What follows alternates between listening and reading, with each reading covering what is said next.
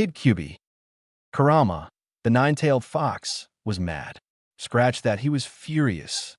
For the first time in nearly a century, he was finally free from his prison, only to have his mind taken over by that thrice-cursed Sharingan again.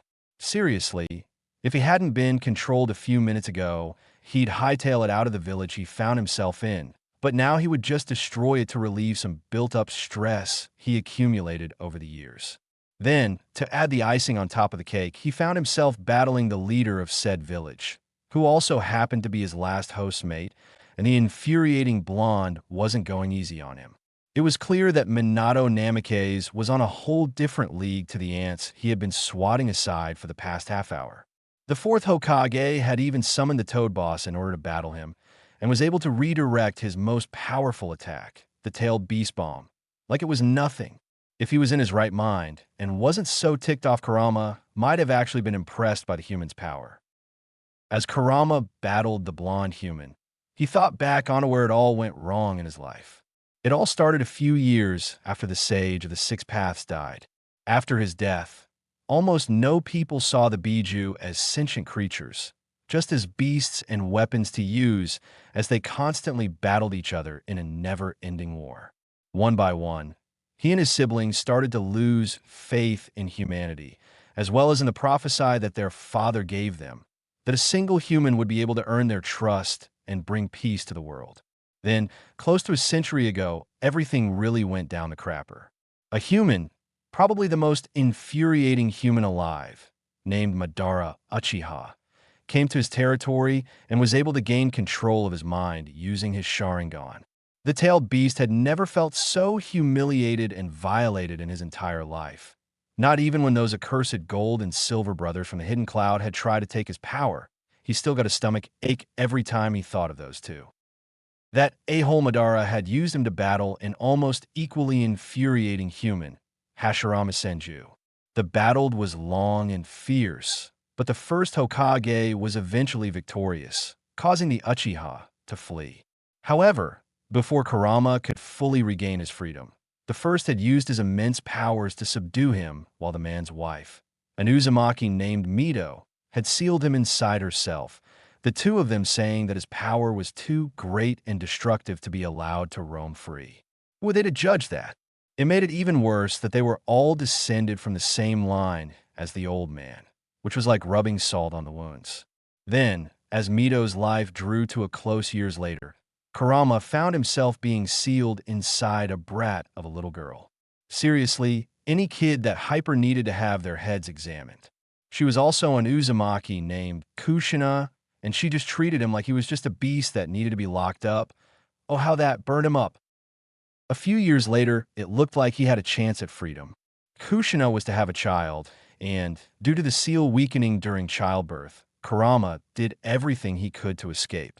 Unfortunately, the fourth Hokage Minato Namikaze happened to be the infant's father, and due to his skills in sealing that his wife had taught him, he was able to keep the seal stable during the birth.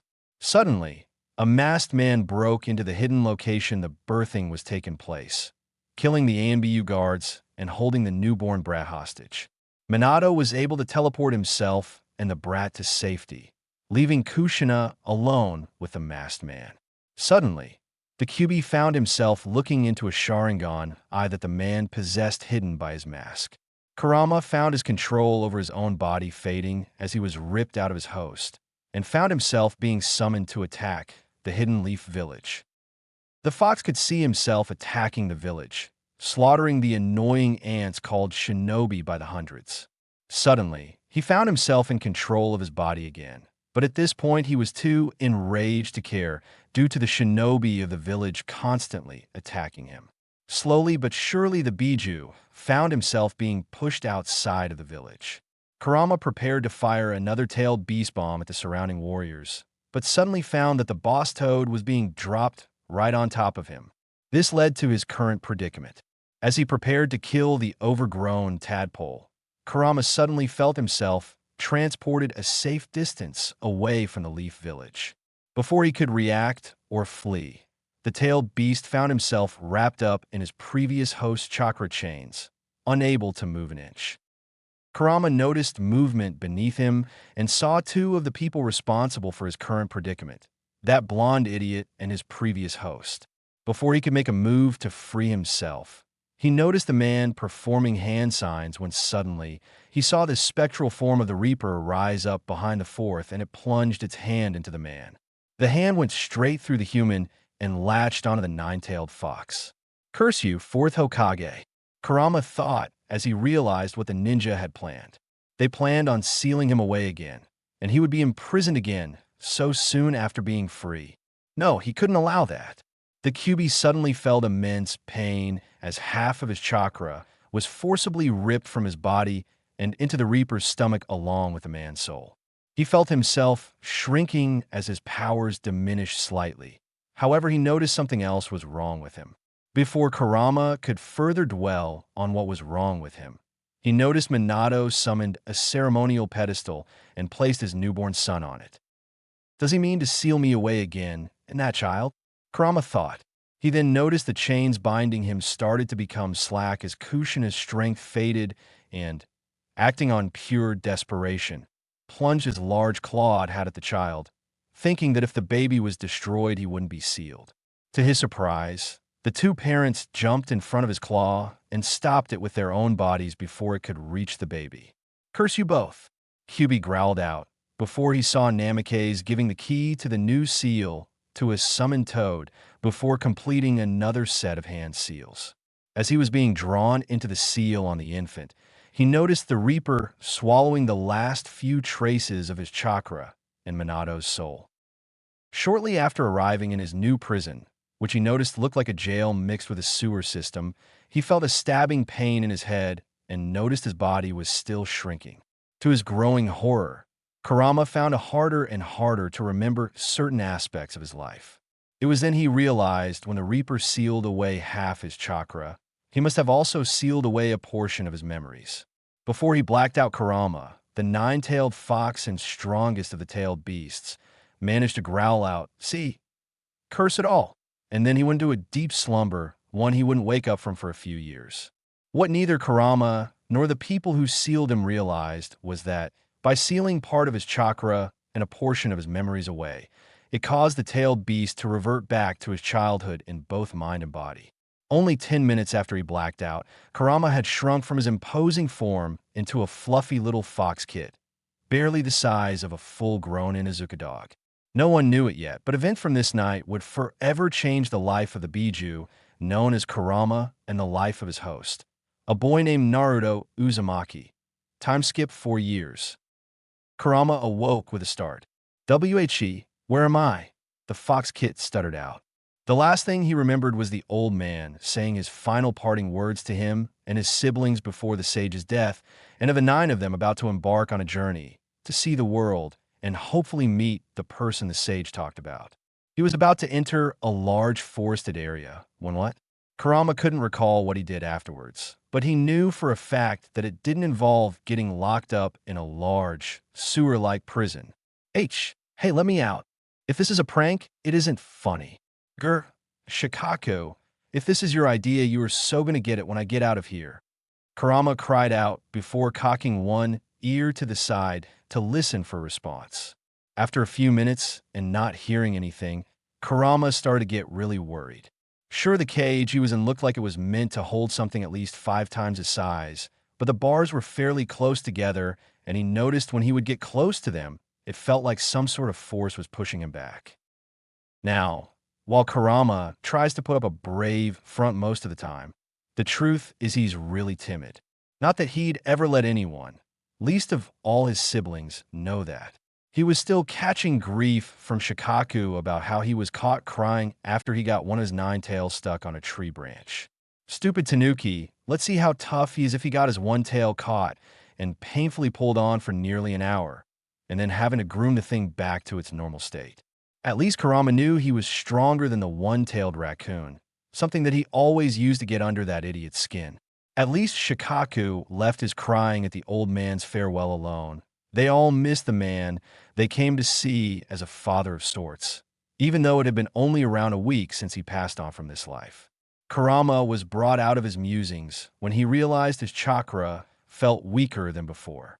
With a start, he realized that he was missing half of it. Now, Kurama was really starting to get worried. He was locked up in a scary, unknown place with half of his chakra gone. And what's worse is that it looked like no one was around to hear his calls. He suddenly noticed a slight pull on his chakra and noticed that it felt familiar. Kurama then yelped in surprise when it came to him why the pull felt familiar was because whenever he was part of the Kyūbi with his siblings, they all noticed a similar pull while they were sealed inside the old man. That could only mean one thing. Someone had sealed him inside another person. Kurama spent the better part of an hour trying to figure out who sealed him. Why was he sealed? Who or what was he sealed in? And could he contact the outside world, or at least his siblings? Reaching out with his mind, Kurama could faintly detect the presence of the other tailed beasts, but for some reason they felt different, almost like their chakra was older or something, but the signal was too weak to tell. His siblings must have been too far away to get a proper reading. Kurama next tried to learn more about his new host. He tried forming a mental link, but the seal holding him back was too strong. The only way he could contact whoever sealed him would be if the person actually tried to contact him in some way. Kurama sat on his haunches and pondered what to do while further taking in his new surroundings. Man, this is such a drag. In the outside world, most of the men of the Nara clan sneezed. I have no idea what's going on, and to top it all off, I'm stuck in this creepy place. Feeling slightly frustrated, Kurama curled up into a furry little ball and tried to fall back to sleep with little success. When he finally managed to drift off to La La Land, his dreams were filled with nightmares of burning villages and people with strange red eyes. Scene break, Naruto. Naruto was having a pretty crappy day. True, most of his days were pretty crappy, but today seemed especially to be going down the toilet. Naruto was a young, 4-year-old boy with wild blonde hair, clear sapphire blue eyes, and curiously enough, 3 whisker marks on both of his cheeks. Naruto had noticed at a young age that he seemed to be ignored by most adults while outright hated by others. He had no idea why this was, and no one seemed to want to answer his questions on the subject. Not even the old man with the awesome hat who sometimes took him out for ramen, which quickly became his favorite food. The young blonde had been introduced to hardships early in his life, because it had been 2 weeks since he was evicted from the orphanage he had spent his entire young life at. The owner of the orphanage had apologized to him and said that there was no longer any room for him to stay at, and that he needed to leave ASAP. Naruto had wandered down the streets of Konoha, aka the Hidden Leaf Village, for about a week with little food and having to sleep in alleys or in the shade of trees surrounding the village. The only things in his possession were the clothes on his back with a few changes along with his toothbrush that were strung up in a bag he carried with him. His first thought was to find the previously mentioned old man, who he had heard people call Lord Hokage. Man, he wished people treated him with that kind of respect. His second thought was that he had no idea where to find the old man, so he was completely lost at what to do. After a week had passed, he had been found by 2 ANBU members, one with a dog mask and spiky silver hair, while the other had a cat mask and long purple hair. They had taken him to see Old Man Hokage, and boy was he mad at the orphanage owner when he found out what happened. The old man was able to get the child an apartment set up at the edge of town and had provided him with weekly payments to get by, as well as a few lessons on how to take care of himself. This had cheered the young boy up immensely, but he was still unhappy due to how the other people of the village just seemed to ignore his existence. This led to Naruto's current predicament with his particularly bad day. He had trouble making friends at the orphanage because most people he met would be adopted soon afterwards while he would be constantly overlooked. He had decided a week since moving into his new residence that he would see if he could make any friends at the local park and hope that the kids his age wouldn't treat him like most adults did with either indifference or hatred and fear. Unfortunately, after he had arrived at the park and tried to talk to some kids, their parents would usher them away from him and tell them to not associate with him. Even the pretty pink-haired girl he saved from those bullies was dragged away from him. Night had fallen, and Naruto went back to his apartment feeling more depressed than before. As he curled up in a bed after a meal of instant ramen, which was all he could afford since most stores seemed to charge him extra for most items while calling it an orphan tax, He slightly cried at the direction his life was heading, and his final thought before he drifted off to sleep was, "I wish I had a friend." Scene break, Mindscape. Naruto woke to find himself standing in some kind of sewer with water that reached up to his ankles, though he curiously didn't feel wet at all. Wondering how he got there, he wandered down the corridors with pipes lining the walls. He suddenly found himself in a large room with an equally large cage located on the other side that seemed to be held close with a simple strip of paper with the word seal written on it. In the shadows of the cage, there seemed to be a large, shadowy object that was completely still save for the rise and fall of its side to the sound of what Naruto recognized as breathing. Timidly, the young blonde crept closer to the cage in hopes of seeing what the shadowy object was. Suddenly, the shadowy object started to move as its breathing pattern changed. Panicking, Naruto then ran as quietly as he could to the nearest corner of the room and hid in the shadows, hoping that whatever was in the cage wouldn't see him. Kurama awoke with a slight start from his soon-to-be-forgotten nightmares and yawned while stretching each of his 9 tails. He looked around blearily for a moment before he remembered his previously awakening and his current predicament. The young fox then noticed a new smell that had entered the room since he woke up. Squinting his red eyes a little, he could make out a tiny shape huddled in the shadows in the far corner of the room. Timidly, he called out, "HLO? Is someone there?" Naruto gave a slight jump at the voice that penetrated the darkness. It sounded kind of dark and scary while still holding a childlike quality to it. Because the voice seemed more scared than threatening, Naruto slowly edged his way over towards the cage and was able to get a good look at the being inside it. The unknowing Jinchuriki saw a fairly large, canine-shaped figure that had orangish-red fur that was black surrounding the eyes, which were red and slitted. The being had 9 swaying tails behind it, as well as weirdly hand-shaped front paws and large rabbit-like ears that were cutely flopped to their sides. The being was a few feet taller than the boy, but looked less intimidating than Naruto first thought it looked in the shadows. The young boy tried to process what the being was in front of him and came to a quick conclusion. "Puppy," the blonde happily yelled out. Rights to this joke go to Fatal Force. Kurama was busy taking in the human before him and noticed the child was different from the old man.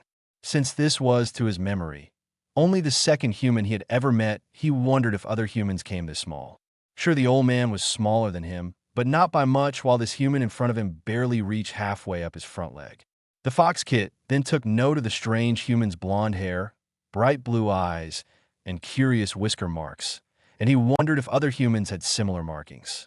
Despite his inner inquiries, Kurama was still incredibly nervous because, even though he knew he was the strongest of the Biju and quite possibly the strongest being on the planet, the Fox Kit had no idea what the other human was capable of. For all he knew, the child before him was the one who sealed the 9-tailed fox inside of himself. It was then that the young fox heard the equally young boy's comment and bristled in indignation. "Hey, I'm a fox, not some puppy." The Biju child growled at the young human, his nervousness and confusion momentarily forgotten. "Holy cow, you can talk?" came Naruto's smart reply. "Of course I can," Kurama said while puffing his chest out in an attempt to look more impressive to the child. His posturing was completely shattered by the next sentence that was filled with uncertainty, which returned with vengeance. W. Who are you anyway?" "Oh yeah, my name's Naruto Uzumaki, what's yours?" "My name's Kurama. So, do you know where we are?" Kurama asked. Even though he had a good idea, he still wanted confirmation. He still didn't fully trust the blonde and was trying to determine if the boy was responsible for his current imprisonment or not. "Beats me. Last thing I remember was falling asleep in my apartment. Do you have any idea where we are?"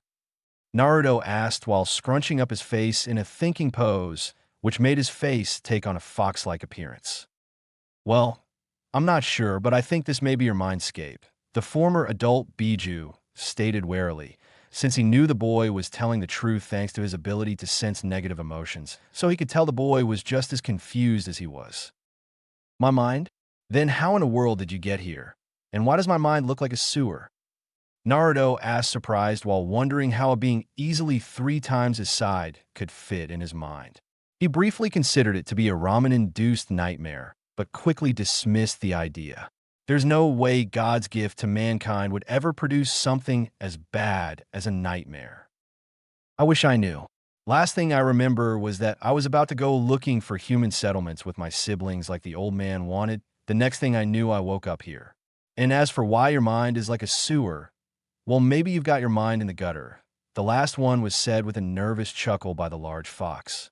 The childish Bijou was starting to feel more comfortable around the young human because he could see the blatant confusion on the boy's face and felt no ill intent from his emotions, so he knew that if he was sealed into the blonde, it wasn't done with the child's consent. Kurama was also starting to realize the boy in front of him couldn't be much older than he was, noting the childish innocence the boy radiated as well as the young feel the blonde's chakra had. Hey, my mind's not in the gutter, you furball. And what did you mean by old man and siblings? You mean there are more giant foxes roaming around? Naruto asked, wondering why he'd never heard of something like that before. You'd think giant foxes wandering around would be something that he'd at least hear about, even with his limited knowledge. Of course, the more he thought of it, the more awesome that sounded. Hey, come on, what 4-year-old boy wouldn't love to see giant talking animals? After slightly bristling at the furball comment, he got enough of that crap from Shikaku. Kurama said, well, not quite. You see, I have 8 other brothers and sisters, and the old man was the one who created us in a way. You humans called him the sage of the 6 paths, I believe, but he's gone now. He said with a downcast expression at the last part, his ears and tails drooping cutely. Naruto, feeling a sense of kinship with the large fox kid, decided to help cheer him up.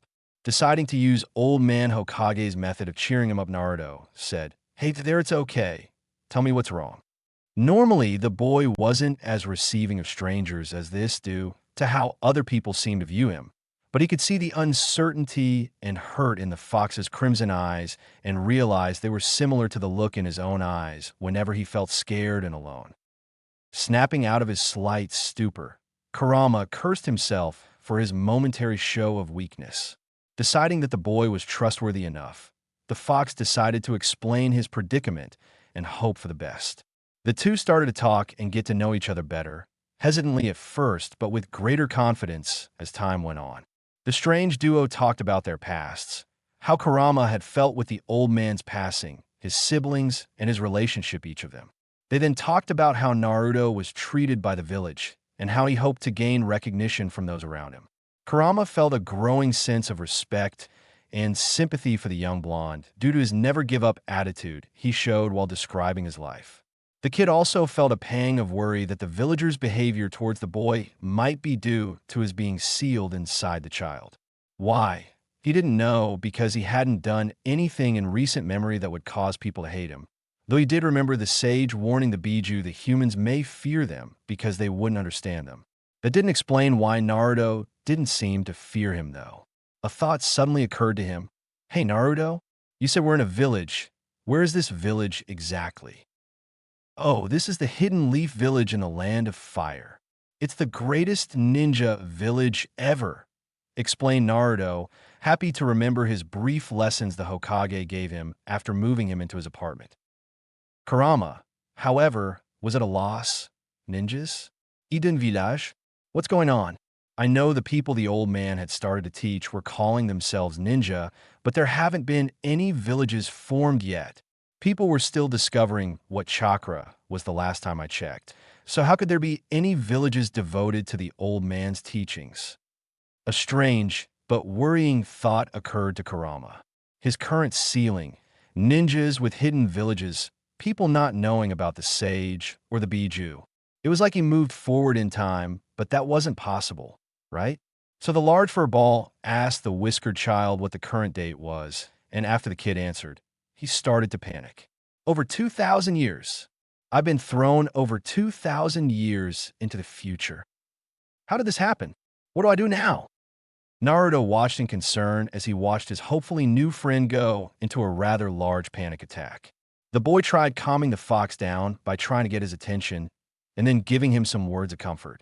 After the kid had finally calmed down, the two began discussing their next course of action while trying to figure out why Kurama was sealed to Naruto and why it seemed like the large fox had been transported 2 millennia into the future.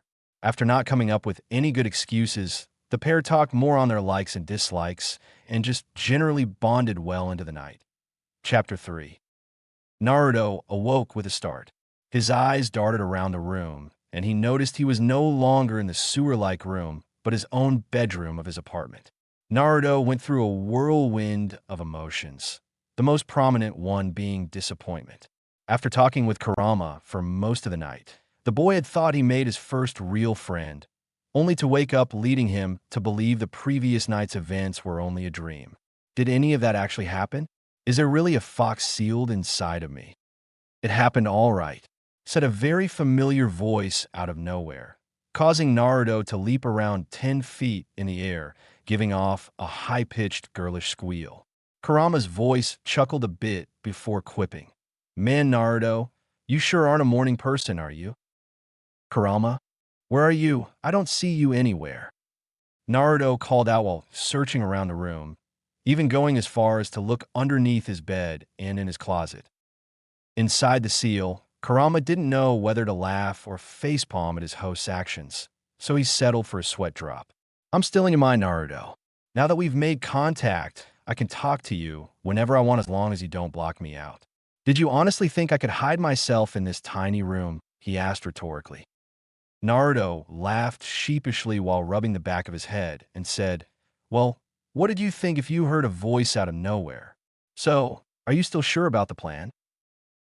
Earlier, Kurama had asked the blonde if there was anyone he knew who might have an idea on why the fox was currently sealed in the boy and why it seemed like he was transported into the future. Naruto, after much thinking, had decided that Old Man Hokage would most likely have the answers. After all, he had seen many people come to the elderly man with questions during the times the man came to visit him on his birthdays. Naruto figured that if anyone could answer his questions, it'd be the old man. That in the fact that he was one of the few people the boy wholeheartedly trusted. The whiskered child told his newly found friend about the old man, and the fox had decided it would probably be for the best if the blonde met with the aged leader. I'm sure. Hopefully this Hokage guy can answer our questions, or at least show us someone who can. Kurama replied with a nod of his vulpine head. He also figured that if the man tried anything fishy, he'd be able to sense his ill intentions and be able to get Naruto safely away using his chakra. Alrighty then, but first some breakfast. Naruto cheered happily while going into his kitchen and pulling out some instant ramen. Through Naruto's eyes, Kurama looked unquestioningly. Hey Naruto, what's that? Causing the blonde to halt in his tracks with a wide-eyed expression. What? You've never heard of ramen before. It's only the greatest food on God's green earth. Anyone who doesn't know, that must be enlightened. Naruto cried out while an angelic light surrounded him, and you could faintly hear a chorus singing in the background. How'd he do that? Kurama wondered about the strange phenomenon before shaking his head and, deciding to amuse the blonde, said, Well, I've never heard of it, but I think I know of a way I can. You see, if you allow it, I can interact with the world through your body. From what I can tell of this seal, though it'd only let me if you willingly allow it. Naruto thought about it, and even though he was creeped out by the whole using your body thing, I mean, what kind of sick, twisted, most likely pedophilic person would ever use that sentence? Meanwhile, in the still forming sound village, an extremely pale man sneezed. Naruto decided he'd allow it, because he wanted to have a good relationship with his newfound friend, and he also felt obligated to show the fox the beauty that is ramen. So, with a mental nod of his head, Naruto allowed the nine-tailed fox interact with the world for the first time in 4 years. Not that either of them were aware of this fact. Naruto's eyes became red, with his pupil becoming a narrow slit. While the Jinchuriki was aware of his surroundings and still had control of his body, it felt as though another presence was with him, almost like when someone stares over your shoulder. The 4-year-old poured the cooked ramen into a bowl after the aggravating 3-minute wait and started to dig in. Meanwhile, inside the seal, Kurama's eyes widened comically as he was able to taste the noodles through his host's senses. The young fox had never tasted anything like it before, and he loved it. It was almost better than having live game from a forest. After Naruto slurped down the last of the ramen, Kurama said, "That was awesome. Is there any way we can get more?" Naruto could practically see the waterfall of drool coming from the fox kit's mouth as his nine tails wagged behind him. Naruto grinned a foxy smile. Yet another person has been taught the wonders of ramen. He couldn't wait to introduce Kurama to Ichiraku's ramen. Naruto changed into his street cloths after his morning routine of brushing his teeth and showering before heading out the door to go meet with the old man. Scene break. Hiruzen Sarutobi, nicknamed the god of shinobi and the professor by his peers. He was a man who led his village as its Hokage for many years and had lived through all three major ninja wars. The elderly man had been taught by both the first and second Hokage and had retaken his mantle after his predecessor died in the Kyūbi attack 4 years ago. This great man was currently in his office and had just won a battle with his eternal nemesis, paperwork. The aged leader smiled and leaned back in his chair while lighting up his pipe. So far the day had been going well for the man.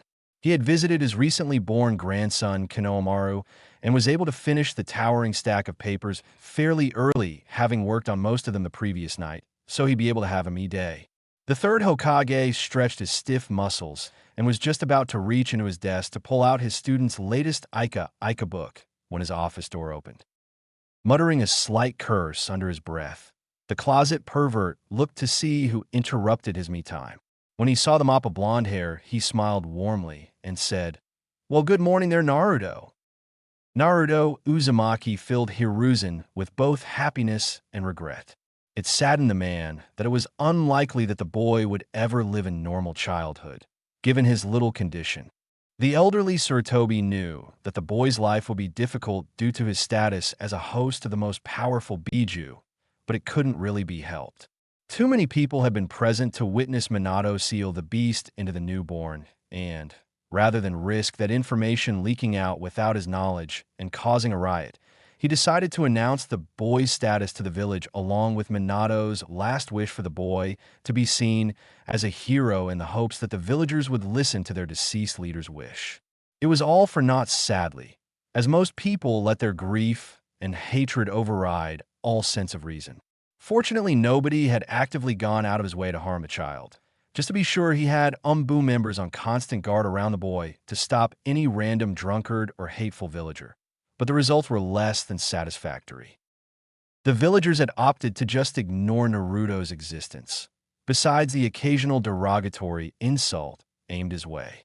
Even though Hiruzen had forbade all talk of the boy's status to anyone under Chunin rank or outsider, the people of the village had instead found a loophole by telling the children and any newcomers to the village that the boy was a no-good troublemaker. The Hokage might be the supreme power in the village, but even he couldn't change people's hearts. The only real major scare he had with the boy, though, happened recently when the owner of the orphanage that Naruto was living in kicked the boy out a few weeks ago. Hiruzen had personally seen to it that the man got taught a lesson by Ibiki in the T&I division with the help of his latest assistant Anko. He also made sure that the boy was given a place to stay, as well as lessons on how to live on his own, so if Naruto ever found himself in a similar predicament, at least the old man would rest easier knowing he could take care of himself. Sarutobi knew that his life in the village might improve if he told the villagers, or even the boy himself, who his parents were, but he also knew that the potential cost outweighed the benefits. But with the bad came the good. Naruto had a sunny disposition despite his hardships and a personality that just made people want to trust him if they ever got to know him. The elderly leader just knew that the boy was destined for great things. His mind snapped back to reality when said boy called out, "Good morning, old man. How are you doing?" "Oh, this morning is going quite well for me, Naruto. So tell me, how have things been? Are you adjusting all right to your new home?" the professor said while putting out his pipe so he didn't damage the boy's lungs. "It's been going great so far, old man.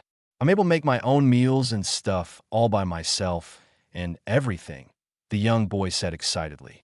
"Oh, and I made a new friend named Kurama. He's actually one of the reasons I wanted to stop by because we both got some questions for you." "That's wonderful news, Naruto. It's always a privilege to make new friends. So, Who's Kurama and what questions do the two of you have? Hiruzen said while on the inside, he was extremely happy for the boy he'd come to see as a surrogate grandson. The old ninja was taking a long drink of some freshly brewed tea when the boy answered. He's a big fox I met last night in my mind, and the two of us were wondering what's he doing sealed inside me, the boy asked innocently and bluntly. Let it be known that there are few things that could startle Hiruzen Sarutobi, but that question made the aged leader spit out the lukewarm tea he'd been drinking all over his desk. Unfortunately, the tea had soaked all of the papers he had just spent the last 2 days working on, ruining them completely. No. Inner Hiruzen screamed, while crying anime tears while the real Hiruzen just stared at the young blonde in naked shock. He stared at the boy for a good 5 minutes while sputtering nonsense before Naruto started to wave his hand in front of his face and saying, "Hey, old man, you still there?" The third quickly shook his head and cleared his mind before looking at the blonde's questioning face before asking, how did you end up meeting this Kurama? Was it? And what did the two of you talk about? After Naruto explained how he met the young fox and their discussion, Hiruzen went into deep thought. Has the Kyūbi honestly lost its memory, or is it simply trying to trick Naruto? Kushina and Lady Mito once said that any contact that they made with the beast were never civil. So why does it seem like Naruto is different? And why does the fox call itself Kurama? Does it actually have a name? I better gain another opinion on this before I make any decisions. Calming his features, the professor looked at the boy and said, "Well, Naruto, I do understand a bit of what happened to your new friend. However, I need to talk to a few other people just to be sure on the matter. If it is all right with you, can you come back sometime tomorrow afternoon? I'll make sure to answer your questions then to the best of my ability." Naruto tilted his head like he was listening to something or someone, and after a moment said, "Sure, old man, I'll make sure to come by tomorrow." Before the blonde left, the older man called out to him, "Oh, and Naruto, don't try doing anything in the seal until after tomorrow, please. We wouldn't want anything bad to happen now, would we?" Naruto gave an affirmative wave before heading out the door. After the blonde left, Hiruzen paged his secretary and said, "Get me Jiraiya and Inoichi. They both should be in Konoha at this time, so please make sure they arrive on the double." With that, the god of shinobi turned to his stack of ruined papers and thought, "Now how can I make these papers mysteriously disappear without a trace?" Scene break. Naruto casually strolled down the streets of Konoha while having a mental conversation with his foxy friend. While both were slightly upset that they couldn't get their answers right away, both of them could see that the information had shocked the old Kage, and they figured if he needed to take a moment to process everything. It did slightly worry the duo about how there might be more people getting involved, but figured that their current situation was over both their heads, so having other inputs might not be a bad thing. Plus, they figured the elderly leader wouldn't betray their trust so readily anyway, in their childlike innocence. "So, Kurama, anything you'd like to do today?" Naruto asked his friend out loud, earning a few weird glances from nearby spectators. Inside the seal, Kurama scratched his head in thought before saying, "Well, is there any place where I could get a full view of this village? I've never really seen a human town before, so I'm kind of curious. Oh, and before I forget, you might want to talk to me using your thoughts from now on. I think you're making others think you're crazy." Naruto looked around and finally noticed that everyone was looking at him like he grew a second head. Still beat the glares, though. He laughed sheepishly while rubbing the back of his head before sprinting towards the park. The whiskered child figured that the best way to show the kid the sights was to go to the top of the Hokage monument that overlooked the village. As the boy traveled through the park that leads to the monument, he came upon an infuriating sight. A group of boys a few years older than him were surrounding a dark-haired girl around his age and seemed to be shouting out random insults at the trembling girl. There were such phrases used as pale-eyed freak and stuck-up noble among them. The girl was clearly shaken and was trying not to cry, which seemed to encourage the bullies to increase their verbal assault. Then one of the boys shoved the girl from behind, causing her to fall on her knees. Despite what happened after he saved that pink-haired girl from a similar situation a few days ago, Naruto's chivalry and sense of protecting those in need rose up with a vengeance. Kurama was mimicking his Jinchuriki's train of thought and started to leak some of his chakra to the boy. The boy's pupils became slits while his whisker marks thickened a bit, but no other immediately noticeable changes occurred. The blonde rushed forward and delivered a wicked haymaker to the bully who pushed the girl, sending him flying while missing a few baby teeth. The other boys, after getting over their initial shock, started to rush the younger child. Naruto ducked under one boy's punch with speed he didn't know he had and delivered a roundhouse kick to the back of the boy's knees, causing him to collapse in a heap. The next two rushed him at the same time with their fists drawn back, but due to Kurama's quick advice, the Fox container was able to duck at the last second, causing the boys to knock each other out. The final boy tried going in for a snap kick to the blonde's temple, but the shot only grazed him, leaving a slight cut. Naruto saw an opening and punched around the boy's still outstretched leg, nailing him square in the family jewels. With all the bullies laid, either out cold or in too much pain to cause further problems, the whisker-marked boy moved over to the girl he saved, who was still on the ground but in a bent-over position with a wide-eyed expression, having seen the whole one-sided fight. Naruto's features quickly returned to normal, and his cut had already started to close as he moved over to the girl's position. Absent-mindedly noticing the girl's strange, pupil-less, pale lavender eyes, Naruto asked, "Hey, you all right?" Snapping out of her daze, the girl looked at her savior and stuttered out, "Why, yes, thank you for saving me," she said shyly. Naruto gave a fox-like smile and said, "No problem. I hate it when jerks like them pick on others. My name's Naruto Uzumaki, what's yours?" Slightly startled by the sudden change in topic, the girl said timidly, "Hinata Hyuga." "Hinata, that's a pretty cool name. Mine means maelstrom, you know," Naruto said in his usual loud way of speaking. "So what are those boneheads messing with you for?" Internally, Naruto was asking Kurama what he thought was wrong with the girl, as she kept stuttering and was looking a progressively darker shade of red. The Biju child just shrugged his hairy shoulders and said, "Beats me. Maybe she's still in shock or something." Mentally nodding at the reasonable explanation, Naruto turned his attention to the young heiress before him as she was finally able to stutter out a response. "Well, they might not have liked me for my C clan. Most people seem to hold the H Hyuga clan and H high our guard. But others look to us with J jealously." Hinata stuttered over her explanation that her father had given to her on why some people would treat her the way they do outside their compound. She hadn't fully understood it until today, due to her guardian allowing her to go to the other side of the park as long as she promised not to go far, so she could spend time with children her own age. She was just out of KO's range of normal sight and hearing when the bullies had surrounded her, and the following chaos ensued. Hinata was still trying to piece together why the blonde, she blushed to herself, had gone out of his way to save her, even though it looked like he had no idea who her clan was, let alone that she was the heiress of said clan. Just as she was about to give her thanks to the boy, she heard Ko calling out to her and saw the branch member standing on the hill looking worried. Hinata then turned to the mysterious boy and bowed while saying a quiet "thank you."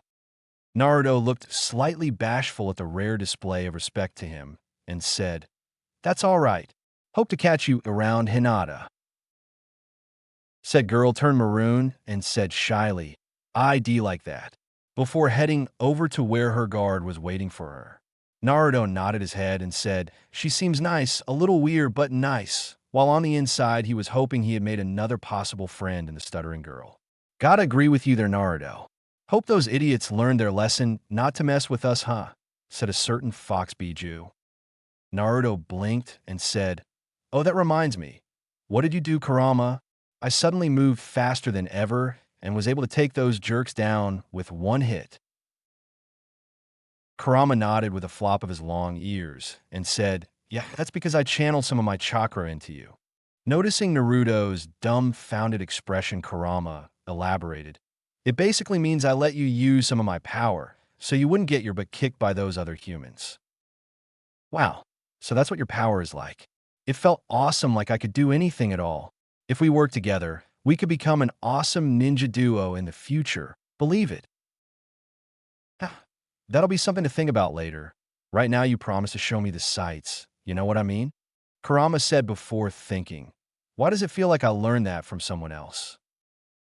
Naruto gave a nod and raced up the mountainside to sit on his favorite spot in the village, at the top of the fourth Hokage's stone head. Kurama looked at the breathtaking sight through Naruto's eyes and thought, wow, this is beautiful.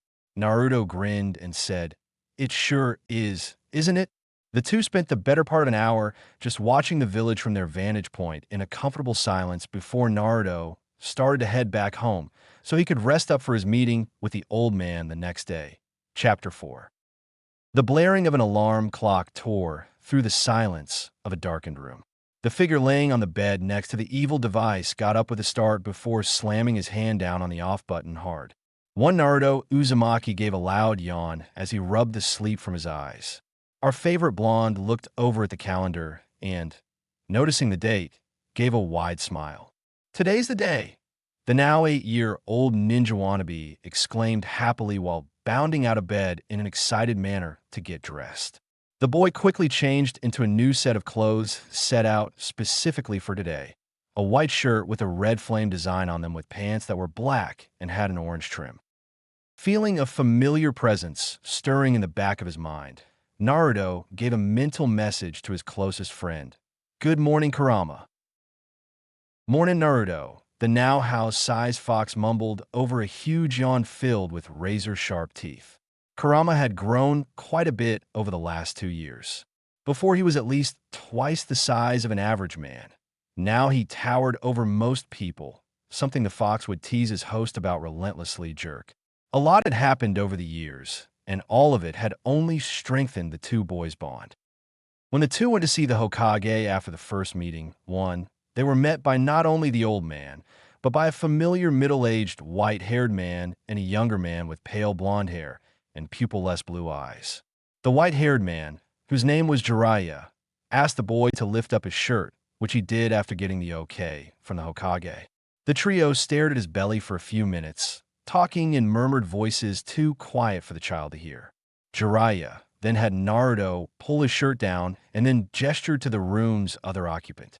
The blonde man, who was named Inoichi Yamanaka, then performed a jutsu with the old man and Jiraiya placing their hands on his shoulders while the man himself placed his hand on Naruto's head. After a moment of vertigo, not that Naruto knew what that was, passed, and he found himself with the trio of men in the familiar sewer of his mindscape. What happened next was a memory the two boys would treasure for the rest of their lives. The three men got one look at Kurama, went white in the face, and passed out while foaming at the mouth. Oh, how Naruto wished he could have gotten a potentially blackmailing photo of that. After successfully waking the men up, Naruto and Kurama started asking their questions and hoped that they would finally get their answers. Whatever they were expecting to be told, it certainly wasn't what they got. Kurama still broods on what has happened to the Biju over the years, even though he strongly denies ever doing something as emo as brooding. But, thanks to encouragement from Naruto, Hiruzen, and surprisingly Jiraiya, Kurama resolved to help change humanity's views regarding the tailed beasts, to which Naruto agreed to help in any way possible. Afterwards, Naruto asked if he could remove the seal holding the young Biju in the cage, but was told to wait a few years to make sure he'd survive the process. Because even if the fox wouldn't harm the boy in any way, the sudden influx of chakra would possibly hurt or even kill him. The session took most of the day, but by the end of it the duo felt that while they both had the answers they wanted, it just led to even more questions.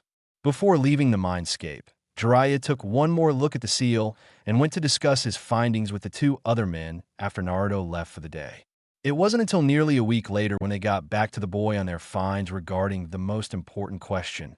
Why didn't Kurama remember any of this? The answer was quite surprising. As it turns out, when the fourth had sealed half of the fox's chakra away into the Reaper, the jutsu had apparently taken a large chunk of Kurama's memories as well. The resulting loss of chakra and memory loss had caused the Biju's body to revert to the state where his memories ended at, which was shortly after his birth, too. It was also unlikely he'd ever regain his memories, but he should be able to grow up like normal after a few years and recovering his lost chakra. 3. The following few years were quite productive for the Jinchuriki and his tenant. In order to catch Kurama up to date on what all has happened in the world in the last few millennia, Naruto started reading up on history thanks to the library access granted to him by the Hokage. While reading defiantly wasn't one of Naruto's favorite pastimes, he did find learning more about past ninjas was way cool. It was through his studies that Naruto realized that if he ever wanted to become a great ninja, like the ones from history, he needed to train as hard as he could as soon as possible. So, looking through other books available that dealt with shinobi training, Naruto began rigorously training his body and mind. In the morning, he'd do stretches followed by a series of workouts that worked for his young body. Next, he'd take a few laps around the village and would head to the training fields after increasing his laps by 1 every day. Naruto would then start practicing his ninja tools training. This was somewhat harder as stores didn't sell ninja tools to underage civilians, but this was remedied by finding some of the discarded tools left by previous ninjas. They didn't always work well, but it was sufficient for his needs. After his physical training was done, he'd start working on his chakra control. Thanks to some tips he got from the old man, as well as Kurama, turns out a being whose body was made of chakra had quite a bit of knowledge on chakra. Who knew? He was able to unlock his chakra after only a few weeks of practice. Then came the difficult part. Kurama explained to the blonde that his chakra was already fairly large. Added to the fox's own incredible supply, left the boy with a near infinite amount of chakra. Normally, this would be a good thing, seeing as it would enable Naruto to fight for longer periods of time using high-level moves. But the larger chakra reserves resulted in causing him to have a harder time controlling it. Fortunately, Kurama was able to monitor his host's chakra as he used it and would tell Naruto whether he was using too much or too little. It took nearly a year, but Naruto could now successfully do the leaf sticking and the tree climbing exercises. He'd still have trouble staying afloat on water for more than a minute for the water walking exercise, but he was making steady progress. After stopping for lunch, Kurama insisted nearly every day that they go to Ichiraku's. Not that he was complaining, they'd then get to work on utilizing their chakras together. This was fairly touch and go for a while, since Kurama had never shared his chakra with a human before, to his knowledge anyway. And Naruto found that while the fox's chakra felt incredible, the longer he used it or the more he used would cause his body to undergo a lot of strain. Sarutobi, after finding out about this training method, insisted that the boy would only use Kurama's chakra while having an Umbu observer to make sure he didn't hurt himself or others. While the Umbu would remain hidden, Naruto and Kurama could still almost always spot them anyway. All of this training for the past 4 years had also led to a slightly bad hobby forming. After their training for the day was done, the two boys would usually spend the day goofing around. At least Naruto did, while Kurama observed from his spot in the seal, and Kurama would tell our favorite ninja wannabe some stories about his siblings and the adventures they get into. This led Naruto to make an interesting discovery. He loved the pranks that the Biju children would play on each other so much that he decided to try some for himself. What resulted was destructive, terrible, and outrageously funny. Naruto became so good at his pranks it required at least several teams of ninjas to track him down afterwards. Kurama encouraged the boys' antics because not only did he find them all hilarious, but also served as decent stealth training for his future ninja career. Just think, if he could successfully prank a village full of shinobi and get away with it, imagine what he could do to enemy ninja. Finally, after all this time, Naruto was finally heading off to the Ninja Academy. After a hasty breakfast, Naruto quickly sped off to the academy by bounding across the rooftops. Before long, the blonde reached the front of the school with a good half-hour to spare. Racing to his homeroom, Naruto noticed only 3 other students had arrived. One was a fairly tall boy whose head was covered in a hood by a long jacket over his body, despite the day's heat, and had a pair of dark shades over his eyes. Another was a slightly pale boy with slightly spiky black hair and a long-sleeve shirt with a fan symbol sewn in the back. The last was a familiar figure that Naruto happily went up to without a second thought. "Morning, Hinata," Naruto called out happily. Glad to see a familiar face on the first day already. The pale-eyed girl gave a startled eep before turning to the whiskered boy and gained a slight blush on her face before mumbling out a quiet, "Good morning, Naruto. I am glad to see YUT too." After the day they met 4 years ago, the two children had met on occasion afterwards, though under the strict supervision of Hinata's guardian, Ko. It turns out Hinata's father, Hayashi, was actually thankful to the young Jinchuriki for helping his daughter in a time of need. That said, the very intimidating father wanted to make sure that if the two kids were together, they needed to be under adult supervision at all times. This was in order to, in Hayashi's own words, prevent any funny business. The man needn't have worried, though, because Naruto always made sure to be on his best behavior around Hinata, seeing as he didn't want to drive away the first human friend he had. This, in time, gathered a notable change in the young heiress. While not the shining example of confidence that her clan wanted her to be, she gained enough confidence to stand up for herself more frequently and was able to spar in matches without hesitating as much. This alone was enough for Hayashi and the Hyuga clan elders to allow her to continue her friendship with the village's pariah. The two children made idle chatter while waiting for class to start, all the while observing the arriving students. Most looked fairly generic, but a few caught Naruto's interest. One was the pink-haired girl he met years ago, but she largely ignored him despite his friendly wave. The next was a blonde-haired girl that Naruto recognized as Inoichi's daughter Ino. Two boys arrived at roughly the same time. One was a sleepy-looking kid whose hair was tied up in a ponytail. The next was a pudgy. Did the room suddenly get colder? Boyhood swirl like markings on his face and was happily munching on some chips. The last was a slightly wild-looking boy who had fawn-like tattoos on his face and strongly smelled of dogs. After the class had been seated, two men wearing Chunin vests entered the room, one of whom Naruto recognized immediately. "Irika, I didn't know you'd be my teacher," the Jinchuriki called out happily. The blonde met the scarred man a few weeks after he started learning the beautiful art of pranking. The man was always the first to catch him, no matter how well he hid. While their relationship was rocky at first, the two eventually developed an almost brotherly bond as time went on. The Chunin even told the whiskered boy of some of his own pranking moments, which he quickly came to regret as Naruto decided to try them himself later, and had even treated the blonde to ramen now and again. The scarred Chunin looked over to the boy and gave a warm smile. "Yes, Naruto, I'll be your teacher for the majority of your academic career, so from now on please address me as Irika-sensei." Also, here Irika gained a stern yet slightly playful look. "Please refrain from doing any pranks, would you please? I'd rather you not make my job any more difficult than it needs to be." "No promises," the blonde ball of energy happily chirped. Irika just gave an amused shake of his head before turning to the rest of the classroom. "All right, students, as I mentioned to your classmate Naruto here, my name is Irika Yumino, but please address me as Irika-sensei for the duration of our time together as student and teacher.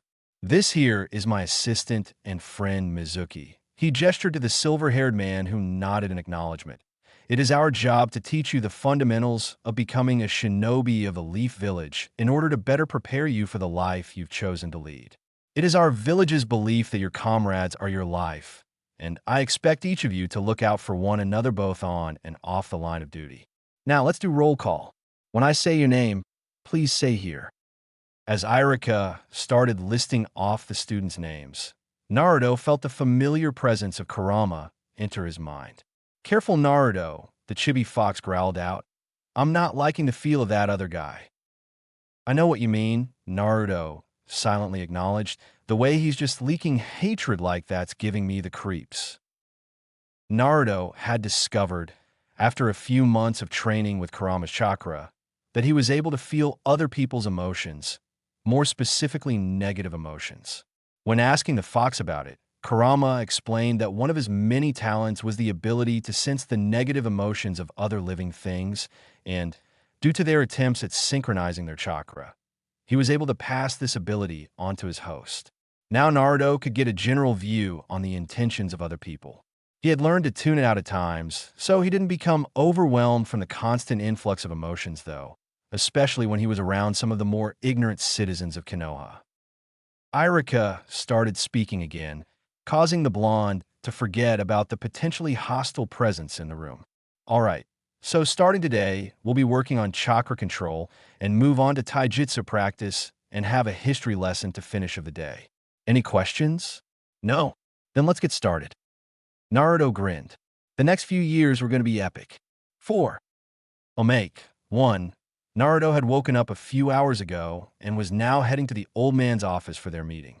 Kurama and he were wondering what all they should ask the aged leader and who the man had told about their situation when they noticed something weird. On the way to the Hokage's tower, the duo had passed the local hot spring and had heard a strange giggling. Curious as to what was so funny, Naruto had decided to look for the source of the laughter. What he found was a strangely dressed, white-haired man peeking through a hole in the fence. "What do you think he's looking at, Kurama?" Naruto asked mentally. "Beats me," the Biju said with a shrug of his furry shoulders, "but you should find out. Who knows, it just might end up being hilarious if that laughter is anything to go by." Letting his curiosity get the better of him, the blonde made his way behind the man, who was so engrossed in what he was watching that he didn't even hear the boy sneak up behind him. The boy tried to look at what the man was looking at, but the hole was too small and the man was in the way of the boy's view, so the boy decided to find out the old-fashioned way. "Ichiwai, watch it doing, old man," the blonde said loudly, causing the man to let out a squawk of surprise before he seemed to panic and disappear in a puff of smoke. You could practically see the question mark hanging over Naruto's and Kurama's heads as he looked at where the man was sitting at. Before he could look at the hole the man was looking in, he heard angry female voices coming his way. Panicking, the blonde ran to the nearby bushes to hide. Shortly afterwards, several women only clad in bath towels came out looking at the area with looks of bloody murder on their faces. "Who's out here?" one of the women yelled while pulling out a kunai knife from somewhere. "I swear, if there's a pervert creeping around here, I'll take what defines him as a man and shove it down his throat," another growled. A few minutes went by, with the women saying increasingly more violent and disturbing things, before they decided that no one was nearby and headed back to the hot spring. After making sure the coast was clear, our favorite blonde crawled out of the bushes, pale and shaking slightly. "'Kei Kurama?" Naruto thought shakily. "Yeah," Kurama asked, equally as nervous and pale as his host. "If I ever find out what a pervert is, please make sure I never become one." Those women were scary, the child thought in near hysterics. "You got it," Kurama acknowledged, also swearing to never become a pervert as soon as he knew what that was. Thus started both young boys' dislike of perverts and a healthy amount of respect and fear of the opposite gender. 2. I know it seems like a large conclusion to jump to, but the way I figure it is, they have a ninja named the Professor, a seal master, and a master of the mind working on the same problem. Chances are they'd come up with the right, if somewhat far-fetched, conclusion. 3. Now, a few people commented on how Kurama's body was smaller than it was in canon, but remember, this is a Kyūbi who has lost half of his chakra as well, so he's half his original size, even in kid form. Also, Kurama will eventually get back to normal size because not only will he grow up again, but I noticed that Kurama was around the same size as the other Biju in Shippuden, so that either means he was way bigger than his siblings before he lost his Ien chakra, or he regained his strength and size while resting in Naruto. That's the theory I'm going with anyway. 4. I'm thinking of posting a poll soon asking the question, should Naruto be able to summon Kurama out of the seal like he did in the movie Road to Ninja? Please let me know what you think. By the way, the new image is courtesy of the awesome artist Gothariz Raj on Entitled Kids. You should go check it out. Chapter 5. So bored, can't focus, Naruto thought as he rested his chin on his desk with eyes unfocused and a bit of drool leaking out of the corner of his mouth. The first few weeks of class had come and gone, and already Naruto was like any student, already sick of the place and wanted out of there ASAP. Kurama wasn't much better as he curled up into his cage to fall asleep, snoring loudly. Lucky, Naruto thought sourly, as any time he or the one kid Shikamaru tried going to sleep in class, they'd get a piece of chalk thrown at their heads. At first, the idea of the academy had excited him, but to his disappointment, most of the stuff covered in class was materials he'd studied himself over the last 4 years. He had already covered most of the basics of learning about his chakra, had read even more of the history than what they went over in order to catch Kurama up to date on the world's events, and had even learned most of the taijutsu stances the academy taught through scrolls at the library. If things kept going at their current pace, Naruto would have to wait until his final year at the academy before he learned anything remotely new. The only upside was he could hang out with kids his own age and spend more time with Iruka-sensei.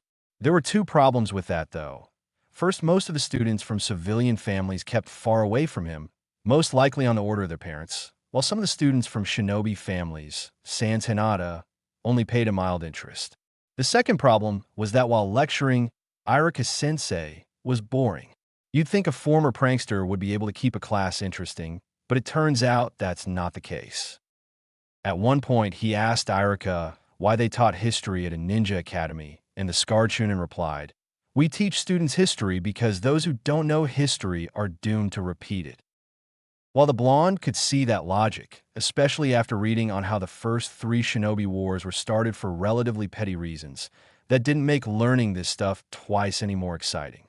Naruto had even gone as far as to look a little ahead in the textbooks in the academy, but was disappointed to learn most of the material was things he already knew.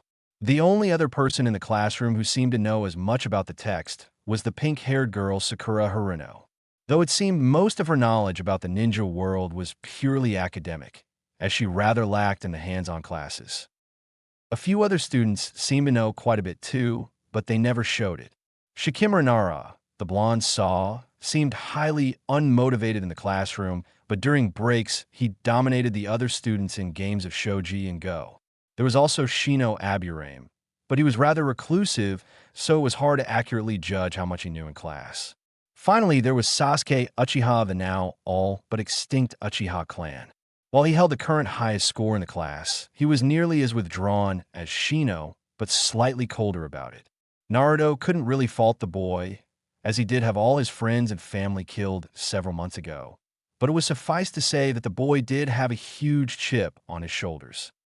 Thinking of the brooding boy made Naruto think of when they were first introduced on the opening day during taijutsu practice. Flashback. The kids had lined up outside for their first lesson in taijutsu. Iruka had decided that it'd be beneficial for the students to spar against each other to see how much they knew already and how they measured up to their peers. Naruto was nearly hopping with glee. Finally, a chance to prove to everyone how awesome he was. Careful, Naruto. Don't want to get a swelled head. Any more of that, and your goggles won't fit. Kurama quipped from his place in the seal. Naruto rolled his eyes at the fox's attempt to humor. "Oh, come on, Kurama. This is the chance I've been waiting for. I've trained myself to the ground these past 4 years, and I really want to see how awesome I do against these guys." Naruto thought excitedly. The nine-tailed fox gave his rumbling chuckle as he said, "Just don't go too hard on them. Wouldn't be the best of first impressions if you wind up beating some unlucky classmate to a pulp." Naruto's attention was brought to the real world when he heard Iruka start to speak. He showed the students how to make the friendship seal for friendly spars and called Shikamaru and his friend Choji Akimichi to start things off. The entire time, the young Nara was muttering on what a drag the whole thing was while the chubby boy was looking nervous about fighting his friend. The spar, if you could call it that, ended really quickly as neither opponent wanted to fight. Ignoring Ino Yamanaka's screams about lazy good-for-nothings, the Nara went under a nearby tree to nap while Choji popped open a new bag of chips to continue his non-stop snacking. Iruka had a sweat drop on the back of his head after that poor display and decided to call the next contenders. Naruto Uzumaki and Sasuke Uchiha. "Come to the ring." Iruka yelled out. Grinning like a madman, Naruto went into the ring and faced his opponent before his grin slowly faded. Naruto had recognized the spiky-haired boy in class, but hadn't paid much attention to him, unlike 95% of the girls in class. Due to his quiet nature, but standing before him, now, the Jinchuriki, could clearly assess the boy, and what he saw was, man, this kid. The young Bijou trailed off inside Naruto's mind as they could both feel the hate literally rolling off the dark-haired boy. None of it seemed to be directed at his opponent, though, to which Naruto was eternally grateful, but more inwards, and it was almost like Sasuke was looking through him. Almost as if the Uchiha was staring at another enemy besides the blonde. Naruto almost missed it when Irika-sensei started the match, and Sasuke came at him with practiced ease. Whoa, Naruto thought as he was just able to avoid the boy's opening sweeping kick and retaliated with a frontal jab, which was easily blocked. This guy's good. Naruto tried to feint the dark boy with another jab to the face while in actuality, he aimed for a kick to the knee, but Sasuke saw through it and was able to wrap his arms around Naruto's outstretched leg and with a hard shove, drove the whiskered boy onto his back. Before Naruto could fully register what was happening, he felt a weight on his chest and a fist a mere inch from his face. Just like that, the match was over. He's really good. Naruto mentally gasped as he stared at the other boy's eyes, ignoring the cheers that came from the majority of the girls. Sans Hinata, who looked on in concern at her secret crush. The look in the boy's eyes hadn't changed since the start of the match, looking at an opponent who wasn't there. I've been practicing those moves for years, and he saw through them all like they were nothing. He's different from the regular bullies I wail on. And that's the match, Irika called out, seeing little point in continuing, because if this was a real fight to the death, it'd be clear who the winner was. Sasuke got off his opponent, and Naruto pushed himself up, brushing dust off the seat of his pants. Now we'll make the friendship seal, Irika instructed the two boys. There was a tense moment when the two stared at each other before Naruto's face broke into a wide grin and held up his 2 fingers to make the seal. Wow, dude, you're pretty strong. I thought I was good, but you wiped the floor with me. We should totally do this again sometime. Sasuke's eyes widened momentarily before they went back to their apathetic mode, and he scoffed, saying, whatever, and quickly linked his fingers with Naruto's in the seal before letting go and walking off with his hands in his pocket, his entourage of fangirls cheering him on as he went. Hinata went over to her friend to see if he was all right, to which Naruto just laughed and waved it off. Inside his mind, however, he was having an internal discussion with Kurama. You felt that too, didn't you? Naruto questioned mentally. Yeah, Kurama agreed. At the end there, that Uchiha kid felt more sad than angry. Wonder what's up with him. I once heard he was the last of his clan.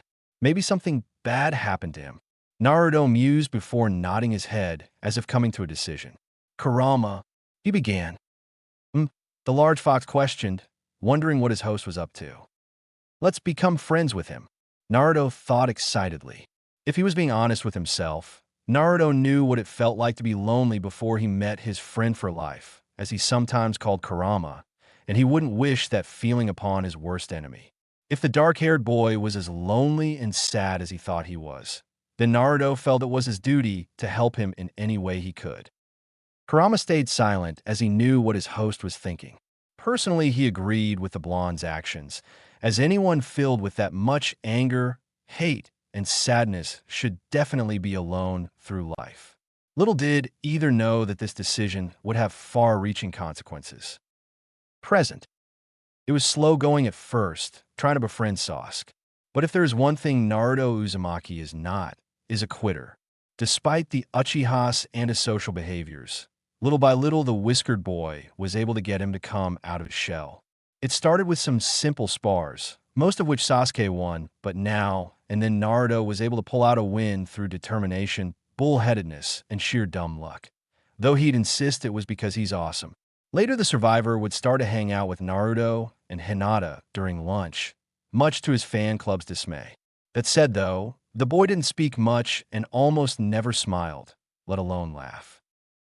Naruto hoped, with time, Sasuke would be able to overcome the sadness and anger in his heart. Going back to class, Naruto smirked slightly as he eyed the clock on the wall. While he did say to Irika-sensei he would try to avoid pranks in class, he made no such attempt for pranks outside of class.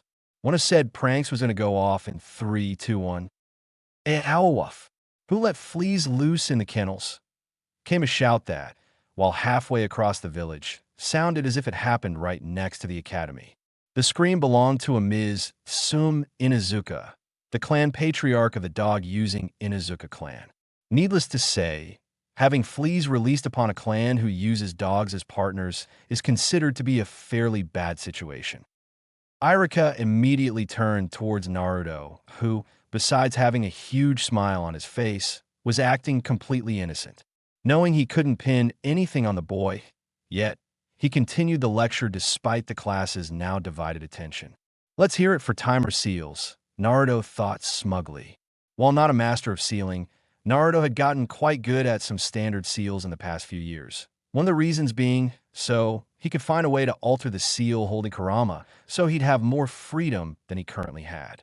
While not even remotely close to being good enough to tamper with the high-level seal on his stomach, Naruto was getting quite good at making storage seals and low-level paper bombs. Of course, in the hands of a prankster, let's just say that the results of learning these two types of seals were interesting. Naruto patted himself on the back for being able to stifle his laughter to not draw suspicion onto himself.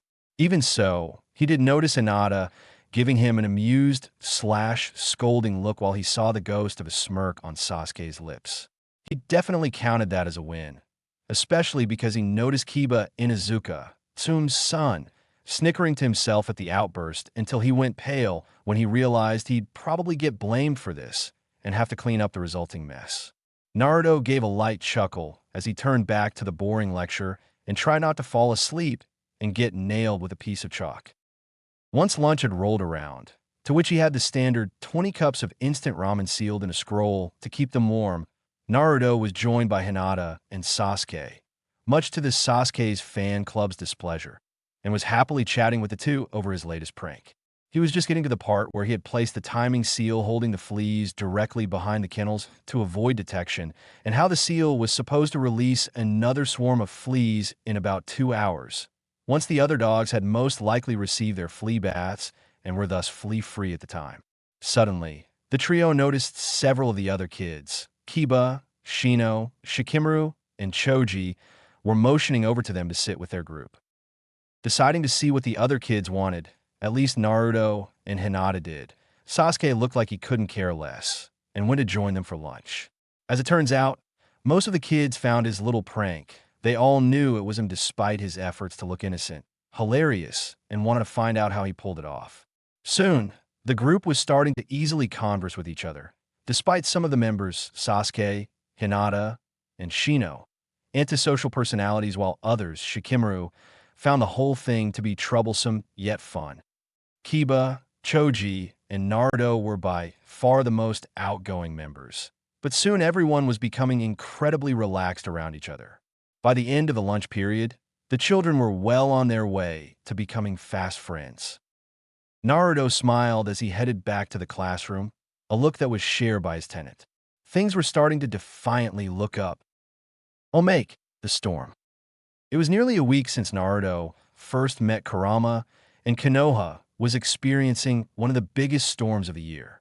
Naruto was huddled up under the covers on his bed, wincing whenever there was a loud crack of thunder that sounded so far, yet so close. Naruto always hated the rain. It was so depressing and gloomy.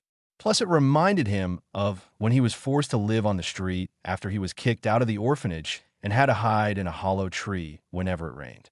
Seeing other trees falling to the storms always scared the boy into thinking his tree was next and nobody would find his body, squashed like a pancake under a tree. Another loud crack shook Naruto from his musings as he gave a yelp and dove under his bed, blankets still wrapped around him. Whimpering a little, Naruto decided to go into his mindscape, where, despite its sewer-like appearance, was usually fairly quiet. As the blonde opened his eyes to a familiar setting, he heard a not-so-familiar sound. Curiously, the sound seemed to be coming from Kurama's cage. Worried for his foxy friend, Naruto went up to the bars and peered inside. What the blonde saw shocked him. Curled up into a little, still pretty big though, ball in the corner of the cage was the familiar fur ball that is Kurama.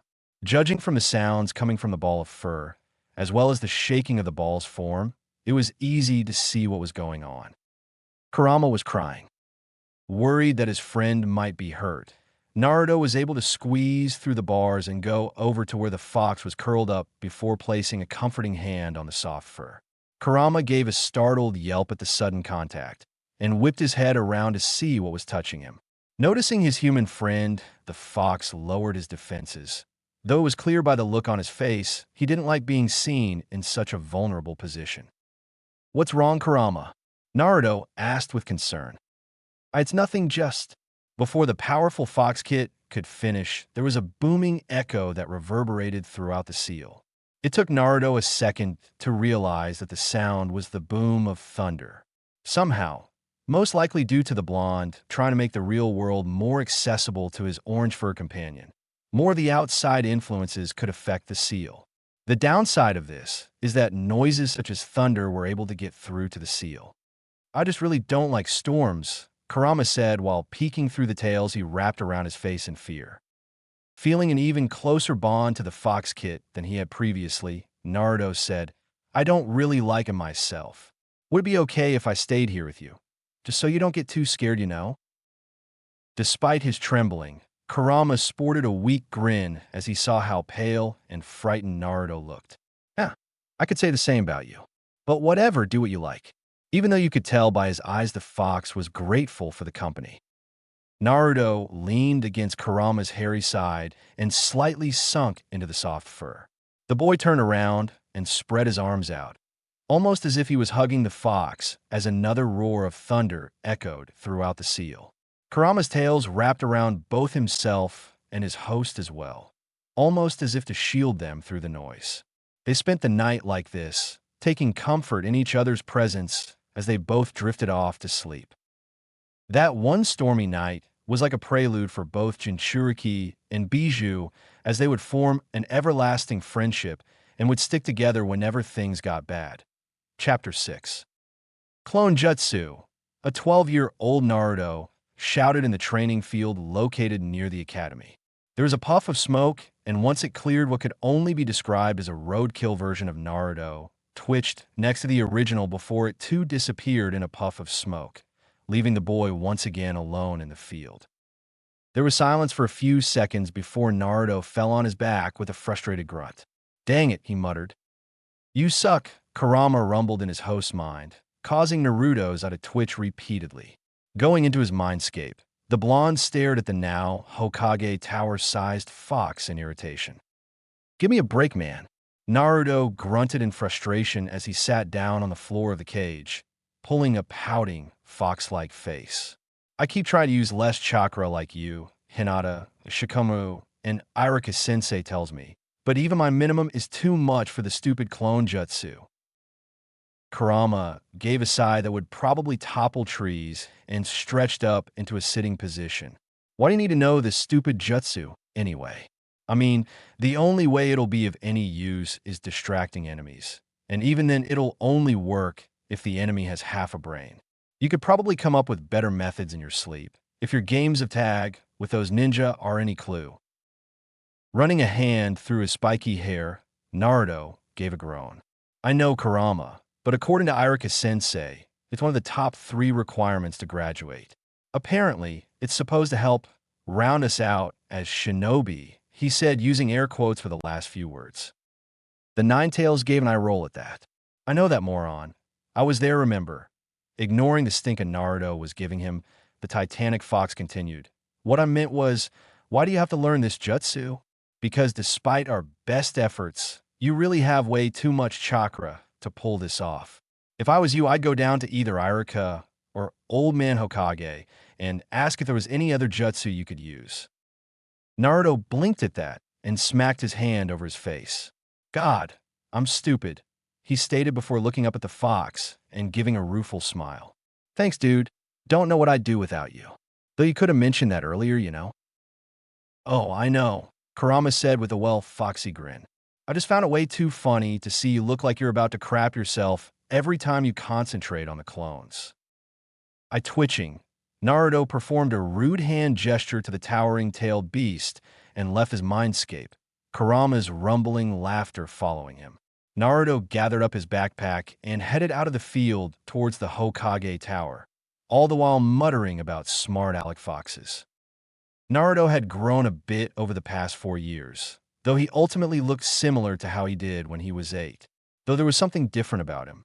Instead of the standard t-shirt and shorts he had in his childhood, he wore a burnt orange jumpsuit with black trimming, a red spiral proudly on the back, Shippuden outfit. Originally, Naruto had been planning on a lighter orange color, but Kurama pointed out to him that darker colors would work better when he was dodging the village's ninja after a successful prank. Also, the outfit the preteen chose was closer in color to Kurama's fur, which was, in his own words, the best freaking color out there. A lot had happened over the years at the academy. He made friends with most of the top 8 people in his class, though the one girl who was in rank for number 1, Kunoichi, Sakura Haruno, still didn't speak to him much for some reason, and he'd even gotten some of the more stoic kids, Sasuke and Shino, to open up a bit more. While still reserved people, they were at least able to get into decent conversation now, and Naruto swore that he'd even made them smile once or twice. His grades in the academy were about average. While he could probably do a bit better in class, Naruto found that it was still as boring as when he joined and just couldn't put in his 100% on some assignments. That and his pranking reputation probably didn't help. Other pranks. Thanks to his and Kurama's creative genius, the villagers of the Leaf had been in a state of constant alert these last few years. From the standard stink bombs to elaborate wire traps involving orange paint, itching powder, and an entire beehive, the Umbu were still trying to figure out how he smuggled all that into their headquarters. He had gained the reputation of the village's prankster, though he made sure never to take a prank too far, such as leaving permanent damage. The fact he was able to do so much to a village full of ninja, it was nothing short of impressive. Kurama was no help to the poor, unfortunate souls of the Leaf, as he was always encouraging the boy to do more and more elaborate pranks, laughing all the while and fist-bumping with Naruto afterwards. So after 4 years, it was finally a week away from the final graduation exam at the academy. Naruto contemplated graduating earlier, as was an option for all students, but instead opted to graduate with his friends. I mean, which would he rather work with, older kids who he didn't know at all, or people his own age that he'd spent years with? So yeah, the choice was obvious to him. Now, though, he was having trouble for the last jutsu necessary to pass. While the rest of the exam was to determine class ranking and who would be teamed with whom, the top 3 jutsus, replacement, transformation, and clone, were necessary to know in order to graduate unless there was a legitimate medical reason for not being able to do so. With practice, Naruto had the first 2 jutsu all but mastered. The last one, though, was just not coming to him. He'd worked with all his friends on it, even getting Hinata to monitor his chakra with her Byakugan, while Kurama monitored from within the seal, yet still he couldn't produce so much as one clone without it looking like a corpse. Now here Naruto was 12 years old, in front of the Hokage's office about to ask one of his favorite adults on a technique that might help him pass. Knocking, Naruto heard it come in and opened the door. Sitting at his desk, Hiruzen Sarutobi hadn't changed much over the years, except maybe looking a bit older. The elderly leader smiled as his surrogate grandson walked in. "Well, hello there, Naruto. How are you this fine day? Are you excited and prepared for the graduation exam next week?" he asked. Naruto looked a bit sheepish at this and rubbed the back of his head. Actually, old man, that's kind of what I wanted to talk to you about." Intrigued, Sarutobi motioned for the boy to go on. Taking a breath, Naruto continued. So, here's the thing. I've been working on the material needed to pass, and for the most part I've got this stuff in the bag. But for some reason, I can't get the stupid clone jutsu to work. You see, I've asked all my friends, and they all say I'm using too much chakra in the technique, but even at my lowest, it's not working. So Kurama suggested I asked you if you might have any advice or techniques I could use. He trailed off with a hopeful tone. The third gained a thoughtful look at that. While he was initially wary of having Naruto interacting with one of the tailed beasts, a supposed creature of malice, Hiruzen was eventually convinced that the chakra being's intentions were sincere and was actually a positive influence on the boy's life. There were several different options on what to do about Naruto's problem, and he believed he knew the best one. It is thanks to the blonde's work on chakra control and his large reserves that he was even considering teaching Naruto this technique. Normally, this jutsu was saved for those of Jonin level. Giving an encouraging smile to the whiskered preteen, the Hokage said, "I believe I know just what you're looking for, Naruto." The day of the final exam. Naruto was a shout many a ninja was shouting as they chased a figure in orange over the streets of the Hidden Leaf. Why was Naruto being pursued, you may ask? The large amounts of graffiti covering the Hokage monument may have had something to do with that. While it may seem presumptuous to point the finger at Naruto, despite being the village prankster, there was actually a good reason they figured he was the culprit. The whisker marks that adorned the faces of each of the Hokages were kind of a big clue, chasing the blonde up and down the streets. The pursuing ninja failed to notice when Naruto was able to hide himself behind a tarp disguised as the fence he stood in front of. Laughing along with the fox in his head, Naruto left his hiding place to walk down the street. Oh man, Kurama, the look on their faces was priceless. Naruto thought to the nine tails. Clutching his furry stomach while giving his deep, rumbling laugh, Kurama wiped a stray tear from his eye with one of his tails as he agreed with his host. And wait until they see the other pranks you were able to pull off at the same time with that new jutsu. They'll be wondering how you did that for years. Out loud, Naruto commented, "That was just too easy." "Oichi and Naruto," a figure behind the boy shouted out, causing said boy to yelp and leap nearly 10 feet in the air. Whipping around, Naruto saw a fuming Irika behind him. "Irika-sensei, what are you doing here?" Naruto stuttered out as his favorite teacher glared daggers at him. "I was looking for you, idiot. Class started an hour ago, and then I hear you pulled this off." The teacher barked as he picked the boy up by the scruff of his jumpsuit and carried him off to the academy. "You will be cleaning this mess up after the exams are over. You understand?" Irika finished, to which the hanging boy meekly nodded. Ninja Academy. Today, many of you will be starting off on the next step of your journey to become ninjas of the Hidden Leaf. Irika explained to his class as he and Mizuki prepared the written portion of the exam. "The journey ahead of you will be long and, at times, dangerous, but I'm confident each and every one of you will do the Leaf proud." Naruto grinned as he looked over the exam. While written tests weren't his strong suit, he'd gone over the material enough to know most of the answers. And he had Kurama watching his back, or more precisely his mind, in case he messed up. After the hour was up and the papers were turned in, it was time for the ninjutsu portion of the exam. One by one, the students were called, with Naruto giving each of his friends a nod of encouragement to which they all returned, though Hinata did look quite red when she went into the exam room. Naruto hoped that it wasn't her nerves about the exam. When his name was finally called, Naruto bounded into the exam room with a large grin. "Prepare to be blown away by my awesomeness," Naruto declared as he stood confidently in front of Irika and Mizuki. The two Chunin rolled their eyes at the blonde's antics, and Irika looked at him while saying, "All right, Naruto, it's time to do the 3 necessary jutsu. Are you ready?" Seeing his whiskered student nod, Irika continued, "The first thing we need to try is the replacement jutsu. You need to replace yourself with one of the logs along the back of the room when one of us dash." The scarred Chunin was cut off as Mizuki chucked a blunted kunai at the boy, who disappeared in a puff of smoke to be replaced by a log. The boy himself was along the back wall of the room. "Throws an object at you randomly." Irika finished, giving an approved nod at Naruto's reaction time. "Next is the transformation jutsu. Transform into the first thing you think of whenever you're ready." Naruto gave a mischievous grin at this that put both teachers on edge. Putting his hands together in the necessary sign, Naruto shouted out, "Transform," and a puff of smoke once more surrounded the boy. However, when the smoke cleared instead of Naruto or a log, there stood a gorgeous blonde woman who had her long hair pulled into pigtails and had cute whisker marks on both cheeks. It was then the Chunin noticed that besides the few wisps of smoke in key areas, the girl was entirely naked.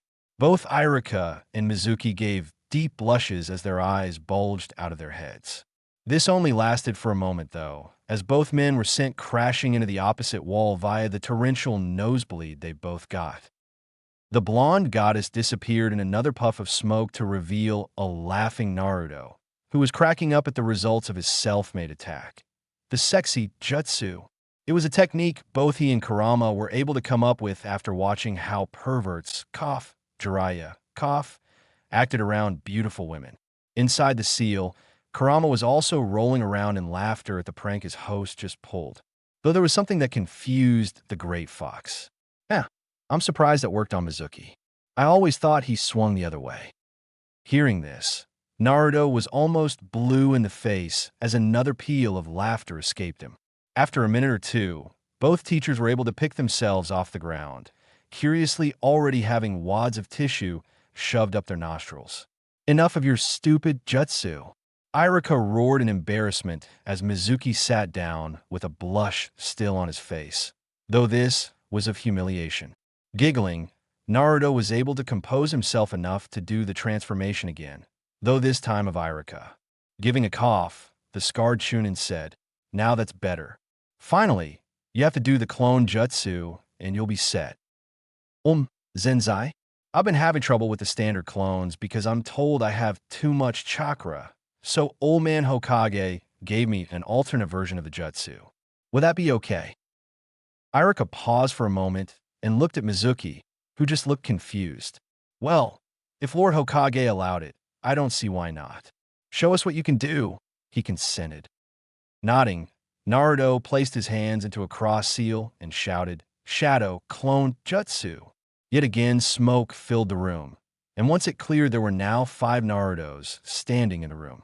Though unlike normal clones, the shadow clones had an actual solid presence in the room. This display left the 2 teachers gaping. Getting a hold of himself, Iruka commented, "Wow, I didn't see that coming." He then gave an encouraging smile to the blonde and continued, "That was amazing, Naruto. The shadow clones are usually reserved for high Chunin to Jonin rank, yet you pulled it off flawlessly. You have more than earned to wear this." He pulled out a leaf forehead protector out of the box beside the table he sat at and held it out for the whiskered preteen. "Congratulations," he finished with a huge grin on his face. "All right," Naruto whooped as he jumped for his forehead protector, accidentally tackling Iruka in the process. After embarrassingly apologizing, Naruto took off the goggles he wore on his forehead and tied the leaf symbol in its place.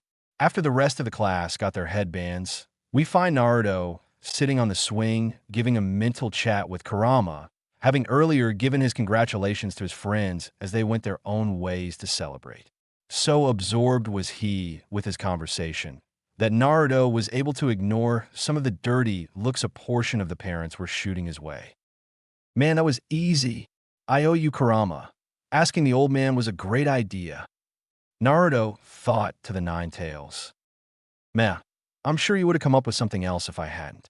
You're my host after all, so you're bound to be awesome," Kurama complimented his host while boosting his own ego. "Aren't you the humble one?" Naruto teased his friend playfully before he noticed Kurama stiffen somewhat. "What's wrong?" he asked. "The gray jerkweed is coming," Kurama growled as Naruto focused on the real world. Sure enough, Mizuki was approaching him with a smile on his face, despite the negative vibes he was radiating. Neither Naruto nor Kurama felt comfortable about the man. He seemed pleasant enough, but there was always that lingering feeling that he was hiding his true emotions to fool everybody else. Good to see you haven't left yet, Naruto," Mizuki said in a cheerful voice. "What's up, Mizuki-sensei?" Naruto asked, internally cautious but remaining pleasant on the outside. Mizuki wasn't the only one who could act. "First of all, I wanted to give you my congratulations on passing. Though the teachers have run into a slight snag," Mizuki explained. "You see, after going over the numbers, you using the shadow clones, and the good results of the rest of your test have given you a tied score with Sasuke.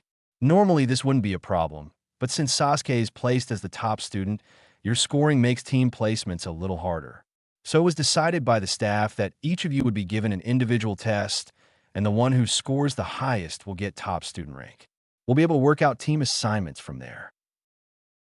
Naruto nodded while mentally frowning.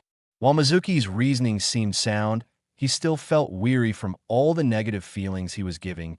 Most of them seemed turned towards him while the rest were at the village in general. Deciding to play along, Naruto questioned, "So what's the test?"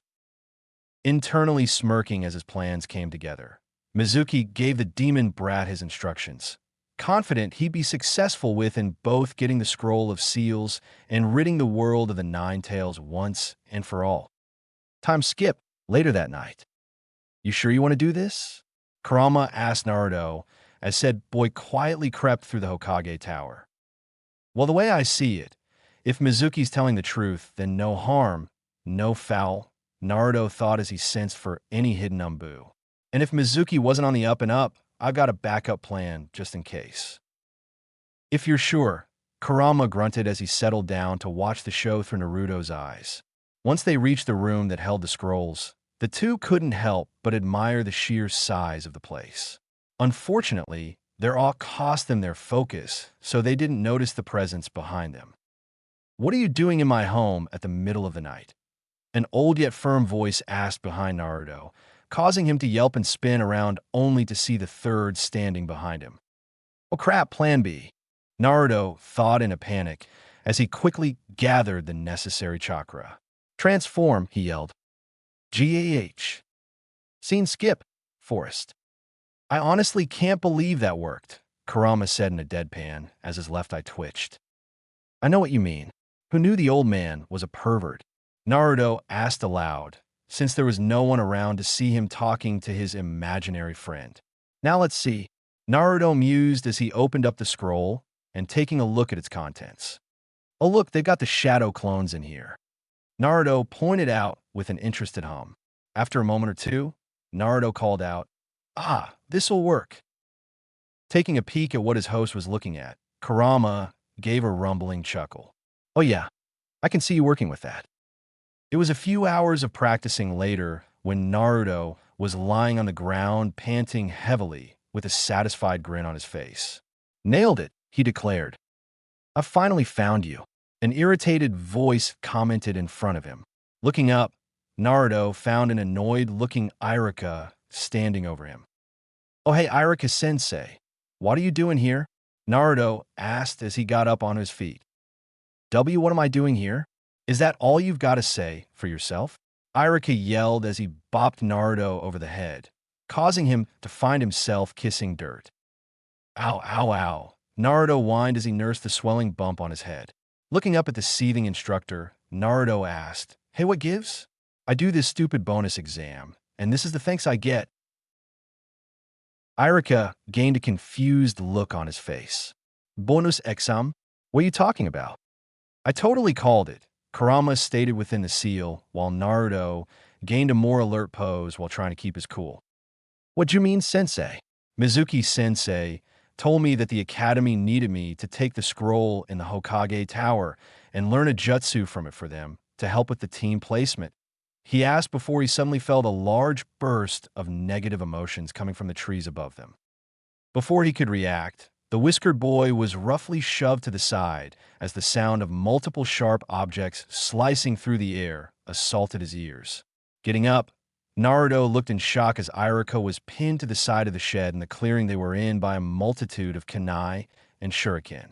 Fortunately, none of them were in fatal areas, but it would still be extremely painful to experience.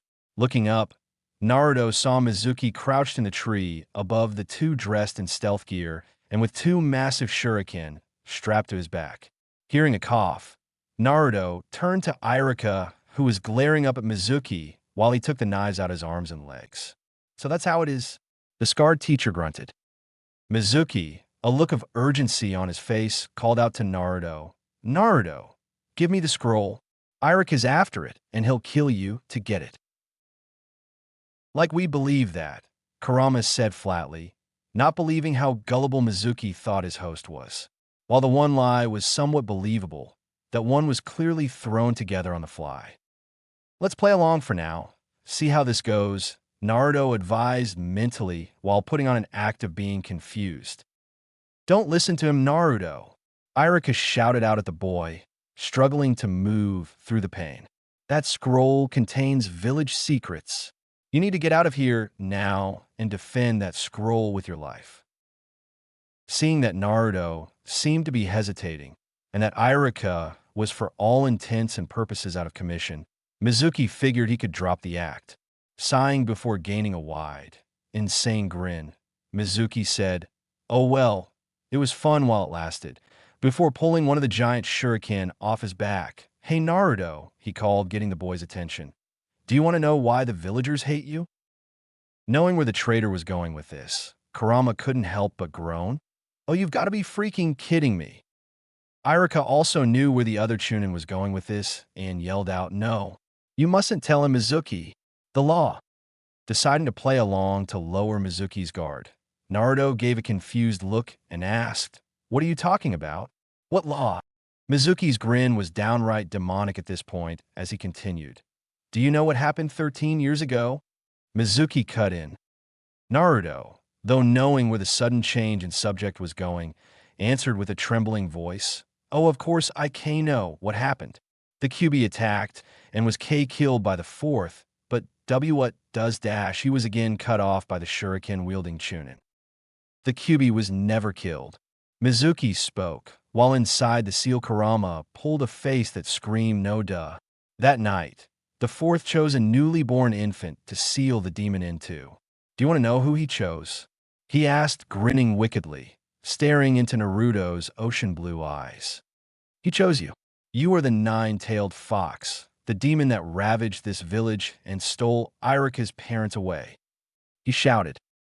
Naruto was stunned, but not for the reason Mizuki thought he was. He looked over to where his favorite teacher stood and felt a wave of guilt run through him. While knowing it was neither his nor Kurama's fault on what happened that night, the knowledge that his best friend hurt his teacher in such a way, albeit against his will, stung the blonde. Kurama, meanwhile, dropped his head in shame, wondering just what his past self had been thinking at the time. At the same time, though, Kurama couldn't help but marvel at the gray Chunin's stupidity. If by some chance Naruto and Kurama were the same person, what on earth made Mizuki think trying to trick and anger him would be a good idea? "If I'm ever out of this seal," Kurama muttered darkly, "this guy had better watch his back." Mizuki, seeing the blonde was distracted, gave another wicked grin as he prepared to throw his shuriken. "Now you can just die, demon spawn," he shouted as he threw the spinning blade. Naruto was able to snap out of his trance in time to notice the blade coming for him. "Oh crap," was all he could think before he was once again knocked to the ground. Looking up, Naruto was shocked to see Iruka crouched protectively over him, the large shuriken lodged in his back. "Are you in Naruto?" he asked shakily, some stray blood from the corner of his mouth dripping onto Naruto's whiskered cheek. "Why?" Naruto asked weakly. While he knew he was innocent, seeing Iruka risk himself like that for the supposed killer of his parents really made him confused. Giving a shaky breath, Iruka explained, "My parents, after they died, there was nobody to compliment or acknowledge me. I always acted like an idiot, just to get people's attention, since I wasn't all that good at academics. It was better than being nothing, so I kept acting like an idiot. It was so painful. Naruto, you must also be in a lot of pain. I'm sorry I wasn't able to look out for you more." Before he could continue, however, Iruka felt a hand being placed over his mouth in a silencing gesture. He gave a quizzical look at Naruto, whose eyes were shadowed by his blonde locks, but a wavering smile was on his face. "Don't be sorry, Iruka-sensei. You did a great job in watching out for me when you can. So let me watch out for you now, okay?" Naruto gently got out from under the wounded teacher, who watched him in surprise. Naruto stood up and faced Mizuki, his eyes still shadowed by his hair. Mizuki sneered down at the blonde. "Oh, you got something to say to me, brat? We'll make it quick so I can kill you and be on my way." "Shut up," Naruto said in a whisper before he fully looked up at Mizuki, his eyes holding a righteous fury. "If you so much as lay one more hand on Iruka-sensei, I'll kill you," he growled while focusing some of Kurama's powerful chakra into his veins, turning his eyes slit but not red. Still, the killing intent coming off the blonde was enough to get Mizuki to take an involuntary step back before he regained his bravado and gave a maniacal laugh. Ah, you're going to kill me. I'd love to see you try.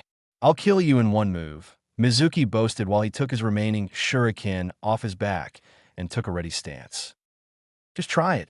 I'll turn anything you throw at me back 1,000 times over. Naruto shouted out while doing a familiar hand seal. Shadow Clone Jutsu. Naruto shouted as the clearing was filled with smoke. When the smoke cleared, a small army of Naruto clones filled the area. Mizuki, however, just scoffed. PFT, if I was just seeing this, I might be surprised enough for you to take me down. As it is, however, 1,000 times nothing is still nothing. He roared as he hurled his shuriken like a boomerang, taking out a dozen of the shadow clones before it returned to his hands. Naruto, instead of looking worried, just grinned. Hey Mizuki, he called out as he and his clones each got out one shuriken each. Did you know in that scroll you gave me, it contains the shadow clone jutsu? Well, right under that is this super cool jutsu I made sure to learn before you came. Shall we show him, boys? He asked, addressing his clones. Heck yeah, they all shouted as they all threw their shuriken at the traitorous Chunin. Huh, is that supposed to impress me? I can easily dodge dash. Mizuki started before Naruto and his clones all cried out in unison. Shuriken Shadow, Clone Jutsu. Where once was about 100 shuriken, now flew thousands, blackening the starlit sky with their numbers. Mizuki paled at the sheer number of weapons coming at him. Oh, Fu Dash, he screamed before the weapons reached him. There was black rain for a moment before the last shuriken fell to the ground. Irika, staring wide-eyed at the display, found his voice a moment later. Did you kill him? He asked hesitantly, unsure of how anyone could survive such an onslaught. Naruto and his clones turned to the wounded Chunin and gave matching cheesy grins and a thumbs up before the clones, both of the blonde and of the shuriken, went up in puffs of smoke to reveal an out-cold, but very much alive Mizuki, who lay pinned to the ground by about a single shuriken, the real Naruto's. The man was blue in the face and foaming at the mouth, but no visible wound was on him. Irika stared at the scene before laughing incredulously. Naruto had made it seem like the shuriken were aimed for Mizuki, but in reality, only the real one was truly aimed for him. The rest were shot to the ground. It was Mizuki's panic and fear that caused him to pass out. All in all, a beautiful prank, as expected of the Leafs' #1 most unpredictable prankster. Naruto, with the help of a shadow clone, was able to lift the injured Irika up onto his feet and started to carry him back to the village while a third clone carried the scroll and a fourth one carried a still out cold and tied up Mizuki. Do you think you'll be okay, Sensei? Naruto asked as he stared at the wounds in worry. Irika just waved it off. Oh, I'm sure I'll be fine once the medic needs take a look at me. In the meantime, you'd better stick close to me until we get this whole mess sorted out, he stated, slightly surprised that the Umbu haven't stumbled upon them yet. Naruto, however, gave a giggle at this. Seeing his teacher's confused look, Naruto elaborated, Oh, you don't need to worry about that, Sensei. Before I left with the scroll, I made sure to leave a note for the old man explaining why I was taking it. That way, if Mizuki was tricking me, he'd have the Umbu on him faster than an Akamichi on barbecue. He finished with a triumphant grin. Irika seemed surprised at that. So, you were expecting Mizuki to trick you? He asked. Naruto gave an affirmative nod. Kinda, yeah. While his reasoning for me taking the scroll was good, I felt there were a few too many blanks that weren't getting filled out. So I figured that, since Mizuki never said not to, I'd leave the old man a note on why the scroll was missing. Irika could only chuckle at his student's forethought. While seeming to be a hopeless idiot at times, Naruto truly did have a good head on his shoulders. Similar to Shikamu, Irika felt Naruto held back some of his potential in class. So Irika-sensei about the fox. Naruto started, not sure how to proceed. Irika gave the blonde a gentle smile. Don't worry too much about it, Naruto. While I'm sorry you found out the way you did, there is something you need to hear. While I might hate the fox, Kurama bristled a little at that, but let it slide. I don't hate you. I've acknowledged you as one of my excellent students. You may not be the hardest worker, and can be clumsy and not everyone accepts you, but you already knows what it is to feel pain inside your heart. You aren't the monster fox. You are a member of the Hidden Leaf. You're Naruto Uzumaki. Naruto was silent for a few moments, and Irika noticed his head was bowed and his shoulders were shaking a little. Naruto dash, he started to say before he was tackled by an orange blur. Irika-sensei, the blonde cried in joy as tears of happiness ran down his face. Naruto hugged onto one of his most precious people as he continued to sob in happiness. Ow! Hey, cut it out, Naruto. I'm injured here. Irika admonished the blonde, though it wasn't with any malice, as he both laughed and cringed in pain.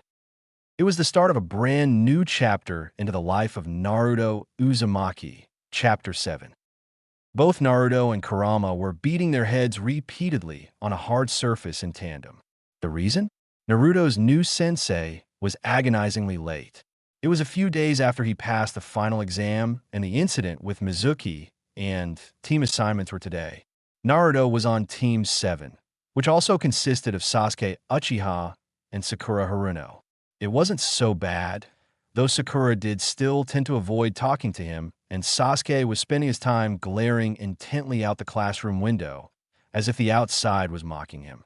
His other friends had passed as well, and were picked up by their respective senseis over an hour ago, leaving the three newly minted genin in the room alone. Finally, something cracked in the hyperactive blonde. Ergagaf, where the heck is our sensei? He shouted while gripping his hair in frustration. Though also annoyed by their new teacher's lateness, Sakura admonished him. Naruto, calm down. I'm sure there's a good reason our sensei's a little late. Late? Late. 5, 10, 20 minutes is around the range of late. According to the clock, Naruto made an exaggerated look at the clock on the wall before turning back to his two teammates. He's missing. Oomph. And what do you propose we do about it, dope? Sasuke asked sarcastically while momentarily turning away from his brooding. It was a nickname that Sasuke had come up with Naruto a couple years ago due to the whiskered child's class clown behavior. Naruto's nickname was no less affectionate. Naruto grinned and said, "Just watch and see, yak jerk." To this, Naruto pulled out one of the scrolls he had in his weapons pouch marked pranks and slid it open. So, what do you think the penalty for our new sensei should be, Kurama? Naruto mentally asked his towering friend. The long-eared fox pondered it for a moment, tapping a clawed finger against his chin before adopting a wicked grin. How's about treating him to a nice round of kickball? He suggested. Naruto gained a matching grin and commented, "You sure? Usually that's our last resort prank." Positive. Even if this guy has a good excuse for not arriving on time, that doesn't mean he couldn't have sent a messenger to let us know he'd be late. It sets a bad example for us young and impressionable types. The two snickered at the last comment before the fox continued. Besides, Kickball will send him a message not to do it again, ever. Naruto smirked. Kickball it is then, before getting to work on his prank. Naruto, what are you doing? Sakura asked while looking at her new teammate suspiciously. Oh, just showing our new sensei our displeasure for his absence. Naruto grinned back. You're so immature, you moron. Whatever, just keep me out of it, Sakura snapped before going back to gushing over Sasuke. Naruto merely shrugged his shoulders and went back to setting up his trap before going back to his seat while trying to contain his laughter. It was nearly a half hour later when they heard the door open. Their new sensei was a tall man with gravity-defying silver hair, his headband slanted over his left eye, and a black face mask covering the lower portion of his face. The rest of his attire was a standard Jonin outfit complete with flak jacket. The man stared at them all lazily for a second before saying, "My first impression of you guys is dash. DOF." The man's eye went comically wide and white as the steel-toed boot that was tied to a pendulum above the door swung down and showed the meaning of the kickball prank. "I hate you," the man said in his new falsetto voice before collapsing onto the ground in a fetal position while cupping his damaged goods. Naruto and Kurama were howling with laughter at the man's misfortune, while Sasuke looked at the man in disappointment for not being able to dodge the juvenile prank, and Sakura was trying to apologize to the man, while internally she was laughing just as hard as the Jinchuriki and his bijou. After 10 minutes, the man was able to finally stand back up in a bow-legged position while glaring at his new students. That was a low blow. Credit to this prank goes to the Bernie Mac show. He finally said his normal voice before straightening up and saying in his previous bored tone, "Meet me on the roof."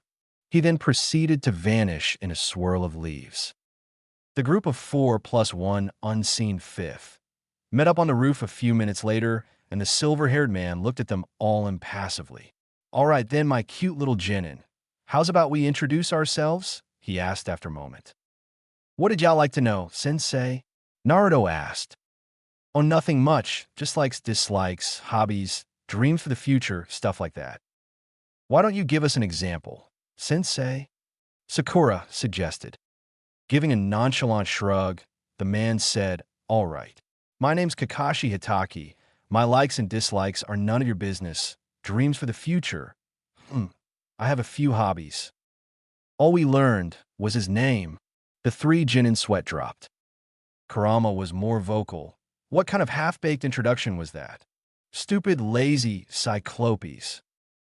The now-named Kakashi pointed at Naruto and said, "Okay, Mr. Funny Man, why not you go next?" Smiling, Naruto said, "Well, my name's Naruto Uzumaki. My likes are ramen, my friends, foxes, and the people who support me. My dislikes are the 3 minutes it takes to cook instant ramen, and people who look down on me, my friends, or my dream. As for hobbies, I guess playing pranks and learning cool new things. As for my dream." At this, Naruto straightened up more and gained a confident look. "I'm going to be the best Hokage the village has ever seen, and I plan on helping my friends out along the way." "Well, he's turned out interesting," Kakashi thought before nodding his head towards Sakura and saying, "All right, how's about you, Pinky?" Looking slightly put off by the nickname, Sakura started, "Well, my name's Sakura Haruno. My likes." She looked at Sasuke and giggled while blushing. "My hobbies." Cue giggle and blush, "and my dreams." At this, she added in a squeal, not noticing Sasuke roll his eyes at the attitude. "Okay, and your dislikes?" Kakashi deadpanned. "Ino pig and immature idiots like Naruto," she stated firmly. Ouch! Ouch! Both Naruto and Kurama thought at the harsh dismissal. "Alright, and how's about dark and broody over there?" Kakashi continued in the same bored tone. Sasuke sighed and looked up at the man. "My name is Sasuke Uchiha. I hate a lot of things, and I don't particularly like anything save those I can actually tolerate. What I have is not a dream, because I will make it a reality. I'm going to restore my clan and kill a certain someone." "So cool," Sakura gushed. As I suspected, Kakashi thought sullenly.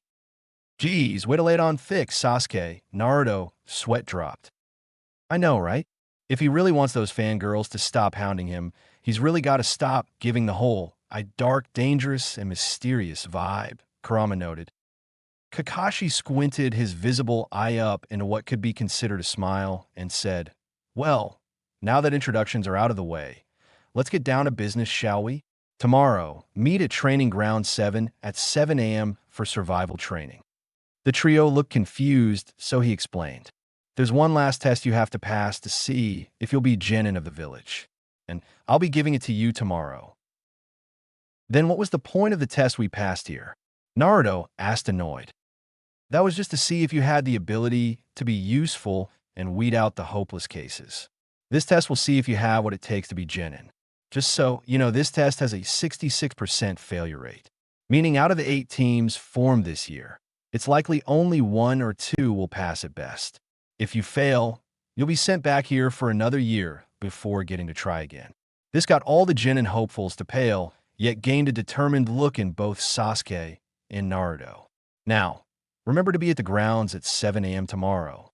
Oh, I'd recommend not having breakfast either. You'll just puke it up." He then vanished once more in a swirl of leaves, leaving the 3 on the roof alone. Naruto got up and stretched before saying, "Well, that was fun. I'm gonna get some last-minute training in before tomorrow. Either of you two care to join me?" Might as well. Better to have a target that hits back." Sasuke smirked, but Sakura shook her head. "Sorry, can't. I need to go home and tell my parents about our teams," she said before heading off while Naruto and Sasuke went towards the training grounds in preparation for tomorrow. Time skip. Fool me once, shame on you. Fool me twice, shame on me. Isn't that how it goes? Kurama sighed in a bored tone the next day as it neared 10 a.m. and Kakashi was nowhere in sight. "Oh, shut up," Naruto grumbled along with his empty stomach. He'd followed his new sensei's instructions to the letter, and this is how he's repaid? If I'd have thought I would have brought my prank supplies again. But no, instead, I brought all my survival gear for this. This sucks. Where is he? Sakura grumbled, looking just as tired and hungry as Naruto felt. Was Sasuke's reply. Suddenly, there was a swirl of leaves, and Kakashi appeared in the clearing. "Yo," he said casually. Leaping to his feet, Naruto yelled, "Where the heck were you, you jerk?" "Oh, I got lost on the road of life," Kakashi shrugged. "Okay, it's official. This guy's trying to tick us off," Kurama growled. Ignoring the death glares he was receiving from his genin, Kakashi walked over to the training posts and set an egg timer on top of the middle one. Turning towards the trio, Kakashi spoke. "This timer is set for noon. The objective until that time is to get one of these bells off me." He held up 2 small silver bells for emphasis at this. "Anyone who doesn't get a bell gets no lunch and will be tied to one of these stumps while I eat lunch in front of you." So that's why he told us not to eat breakfast, the genin thought glumly as their stomachs growled in unison.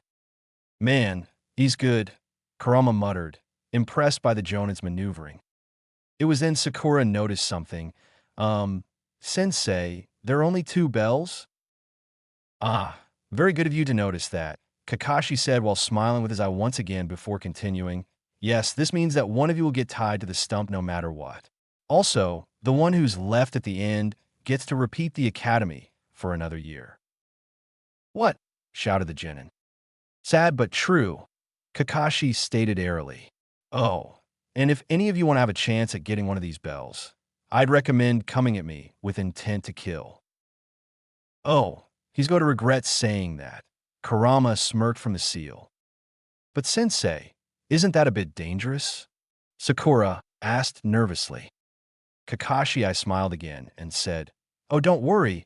I'm sure I can handle whatever you 3 come up with. Now get ready and start." With that, the 3 ninja hopefuls leapt into the tree line surrounding the training field. Kakashi sat in what looked like a relaxed position, but the trained observer could tell that he was ready for anything. They all seemed to be well hidden now. "Good," Kakashi observed while observing his team's hiding spots subtly. Suddenly, though, an orange blur leapt into the clearing in front of the silver-haired man to reveal a grinning Naruto. "All right, Kakashi-sensei, you better get ready to take your lumps," Naruto cried out as he got ready to charge forward. "You're a little different from the average genin, aren't you?" Kakashi deadpanned before reaching for his weapon's pouch, causing Naruto to tense. However, instead of a weapon, Kakashi pulled out a book. Not just any book, but one with a bright orange cover and the title Make Out Paradise. Naruto, after pulling himself out of his face plant, angrily pointed at his sensei and shouted, "Ichi, why?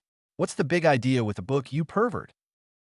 Ignoring the pervert part, Kakashi casually flipped the book open and said, "Well, I was getting a really good scene and want to know how it turns out." Naruto nearly saw red at this clear dissing of his skills and nearly made a blind charge if it wasn't for the fox in his belly. "Wait, Naruto, as much as I'd love for you to kick that pervert's smug prick face in, you gotta stick to the plan." Taking a calming breath, Naruto mentally grinned and said, "Thanks, Kurama." He then proceeded to make a cross-shaped hand seal and shouted, "Shadow Clone Jutsu." Several puffs of smoke filled the clearing, and there was a small platoon of Naruto clones in the area. Kakashi briefly looked up and cocked an eyebrow before going back to his book. while the group let out a battle cry and started to charge. Lesson number 1. Taijutsu. Kakashi stated before he started ducking and dodging the strikes from the multitude of blondes. Every now and then he'd dispel one of the clones with what looked to be an almost careless strike. Soon, only a small group of the clones remained while Kakashi hadn't even looked up from his book. With ease, he was able to take out 2 more clones with a sweep of his leg before appearing behind the last Naruto in the area with his fingers in the tiger seal. "You shouldn't let your enemies get behind you," the Jonin said in a strange tone before he jabbed his fingers forward, yelling, "Hidden Leaf, Sacred Taijutsu, 1,000 years of death." With that, Kakashi's fingers went where no man's fingers should go on a small boy, causing the blonde to rocket into the air while screeching in pain while clutching his backside before he too disappeared in a puff of smoke. This caused Kakashi's eye to show surprise briefly, before looking strangely satisfied. So, he was able to switch himself with a clone before the fight even began. "Ichem? He's far more clever than he let on.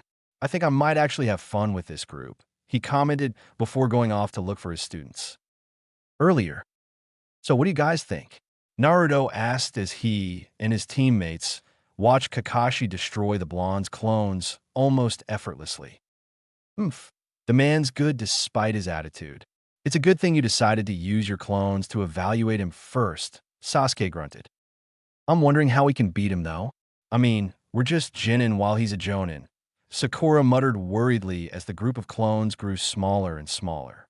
While she wasn't a big fan of her blonde teammate due to her parents warning her to be cautious around him, and also the boy's juvenile antics, which she secretly found hilarious, Sakura was willing to admit the blonde was a decent strategist in real fights, and if Sasuke was willing to work with him, then the whiskered boy couldn't be all bad, right? Internally debating with Kurama for a few seconds, Naruto's face soon broke out into a wide grin as he turned to the other two. "Don't worry, guys. I've got a plan to get us all to pass, and what the crap?" he shouted as the last clone was destroyed by Kakashi's attack, and he got the memory backlash. Present.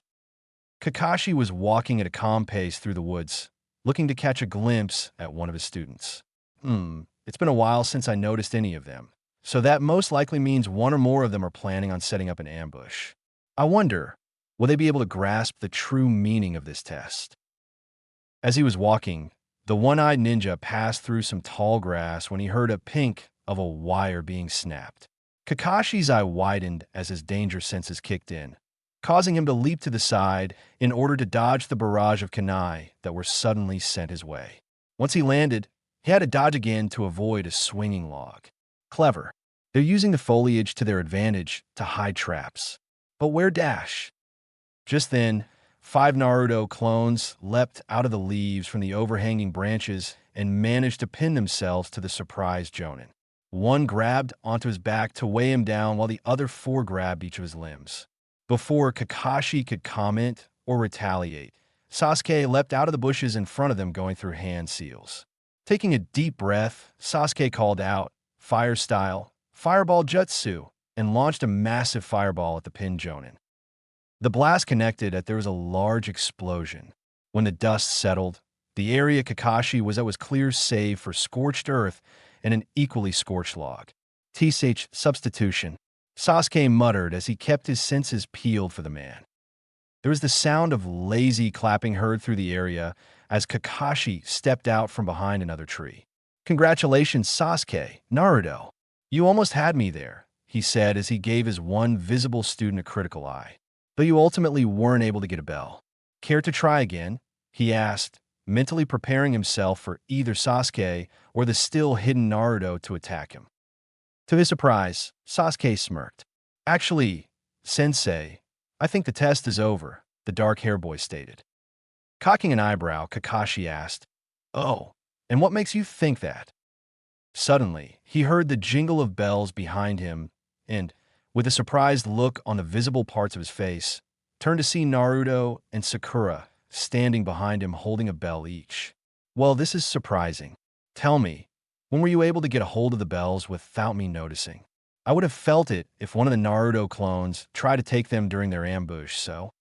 With a grin, Sakura explained, "Well, Sensei, We all figured that simply trying to grab the bells wouldn't work from you after seeing how you effortlessly handled Naruto's clones from earlier. So Naruto came up with the idea that when you were distracted by the clones leaping onto you, the one on your back would subtly attach a piece of ninja wire to the bells.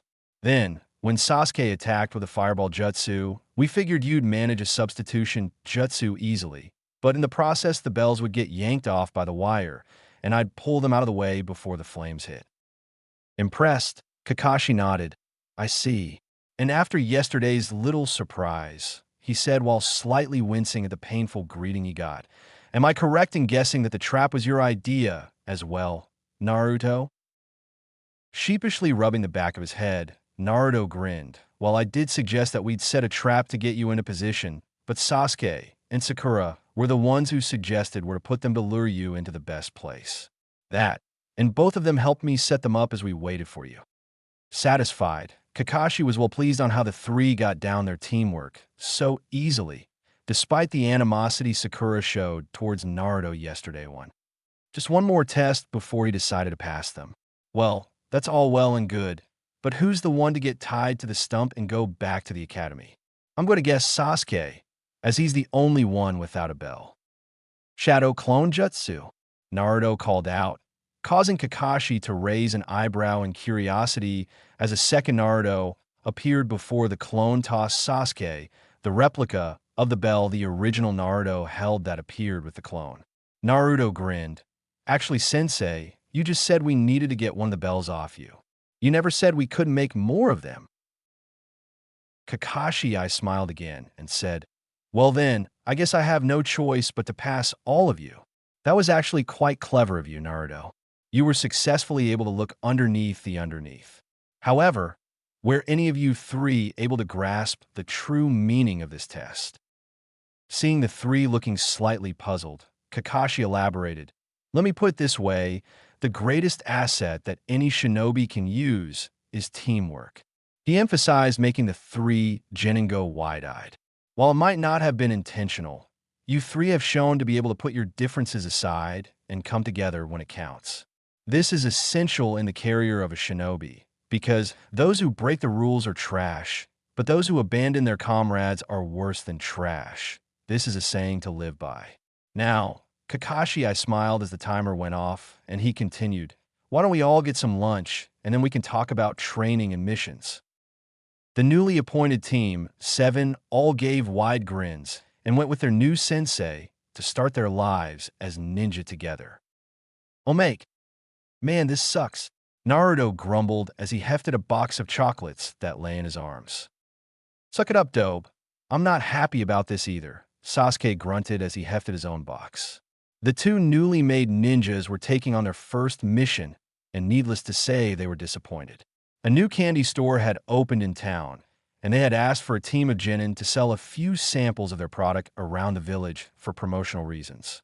A far cry from the dramatic and dangerous missions Naruto envisioned. The team had split up to gather more ground.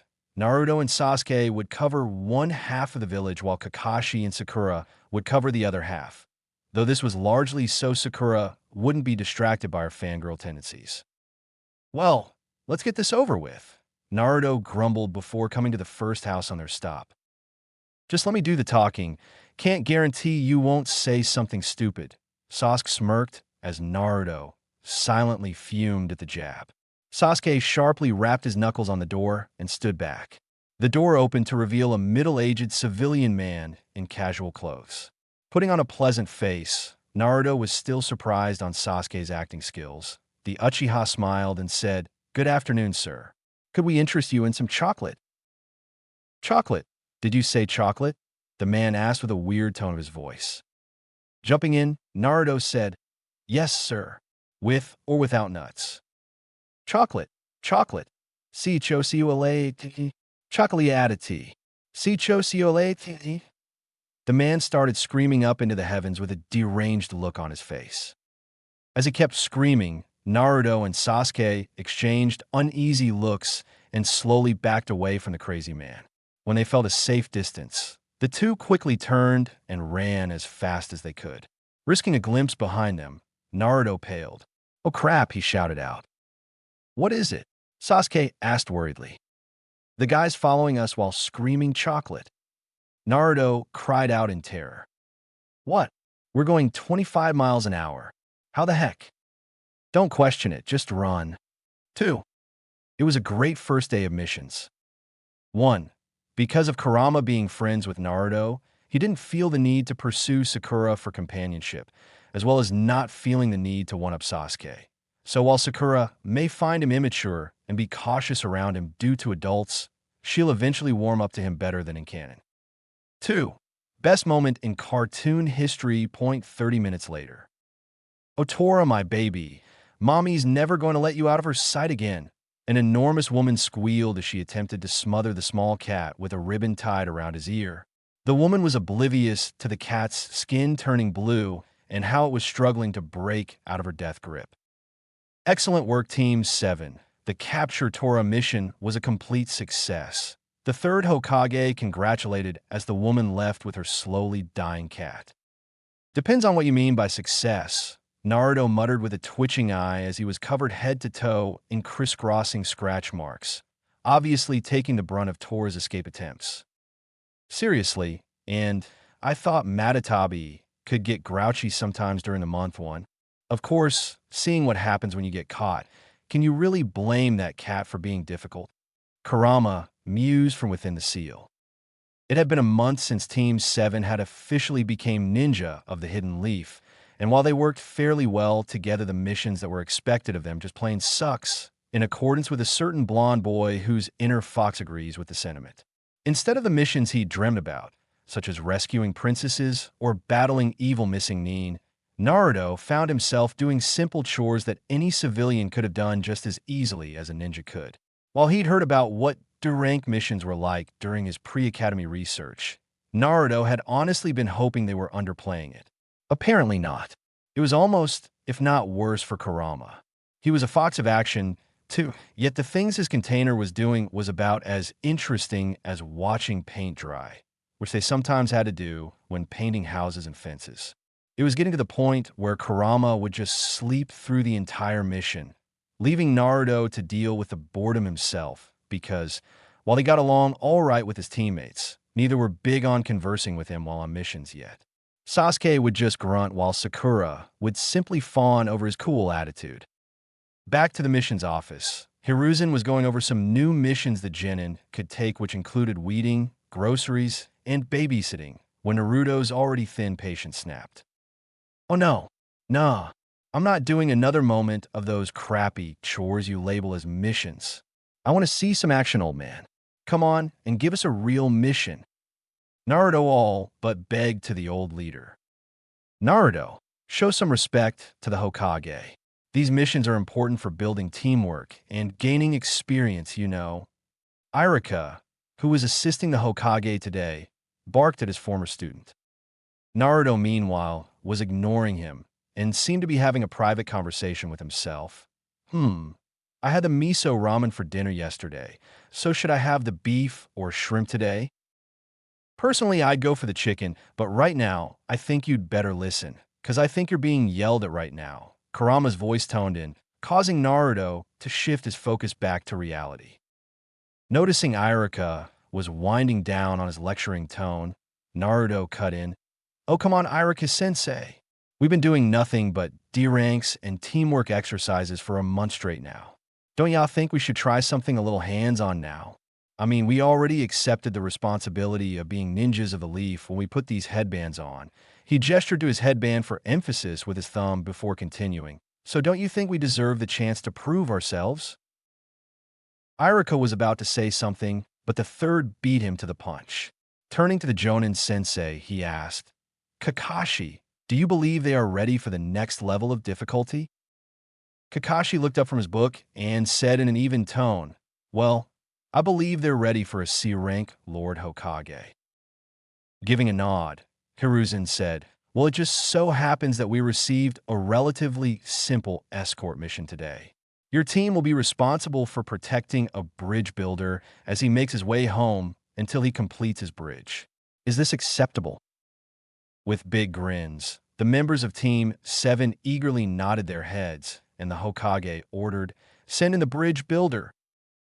An elderly-looking man walked into the room with a slightly drunken swagger, and Naruto nearly gagged at the strong smell of sake on the man. He looked at the team blearily before turning to the Hokage and saying, "What's this? I ordered a team of ninja to guard me, and you sent a group of preteens? They look like they couldn't guard a piggy bank, let alone me. Especially the short, goofy-looking one. I wonder who the short, goofy-looking one is." Naruto mused before noticing that both Sasuke and Sakura were purposely standing closer to him to show that he stood an inch or two shorter than them. "Oh, that's oughta hurt, huh, y'all midget?" Kurama chuckled in the blonde's mind. One of his personal favorite ways of getting under his friend's skin was constantly reminding them of their height difference. Naruto, meanwhile, was looking close to murdering the drunk, but Kakashi lightly restrained him. Now, Naruto, we can't go killing the clients. Bad for business and all that," he chided playfully. Tazuna just snorted at the comedy act and said in a self-important voice, "All right, listen up, you brats. My name is Tazuna, the super bridge builder, and I'll expect top protection on my way home to Wave. Yep, me." Team 7 nodded, glumly figuring that it was ironic the first important mission they get winds up with a grumpy drunk. After getting their instructions to meet tomorrow morning with enough supplies to last a couple weeks, Naruto went to grab a quick bite to eat at Ichiraka Ramen, since it would be a while till he would be able to eat there. Once there, Naruto was pleasantly surprised to see Hinata, Kiba, and Shino there. "Hey guys, what's up?" Naruto greeted as he took a seat. "Ashilo Naruto. We're doing fairly well. Kurenai-sensei finished training for the day, and I suggested we eat lunch here," Hinata said while trying her best to avoid stuttering.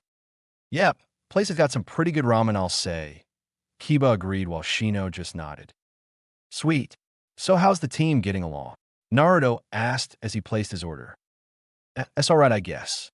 Sensei's been focusing on our teamwork and stuff while leaving the majority of our individual skills to our clans.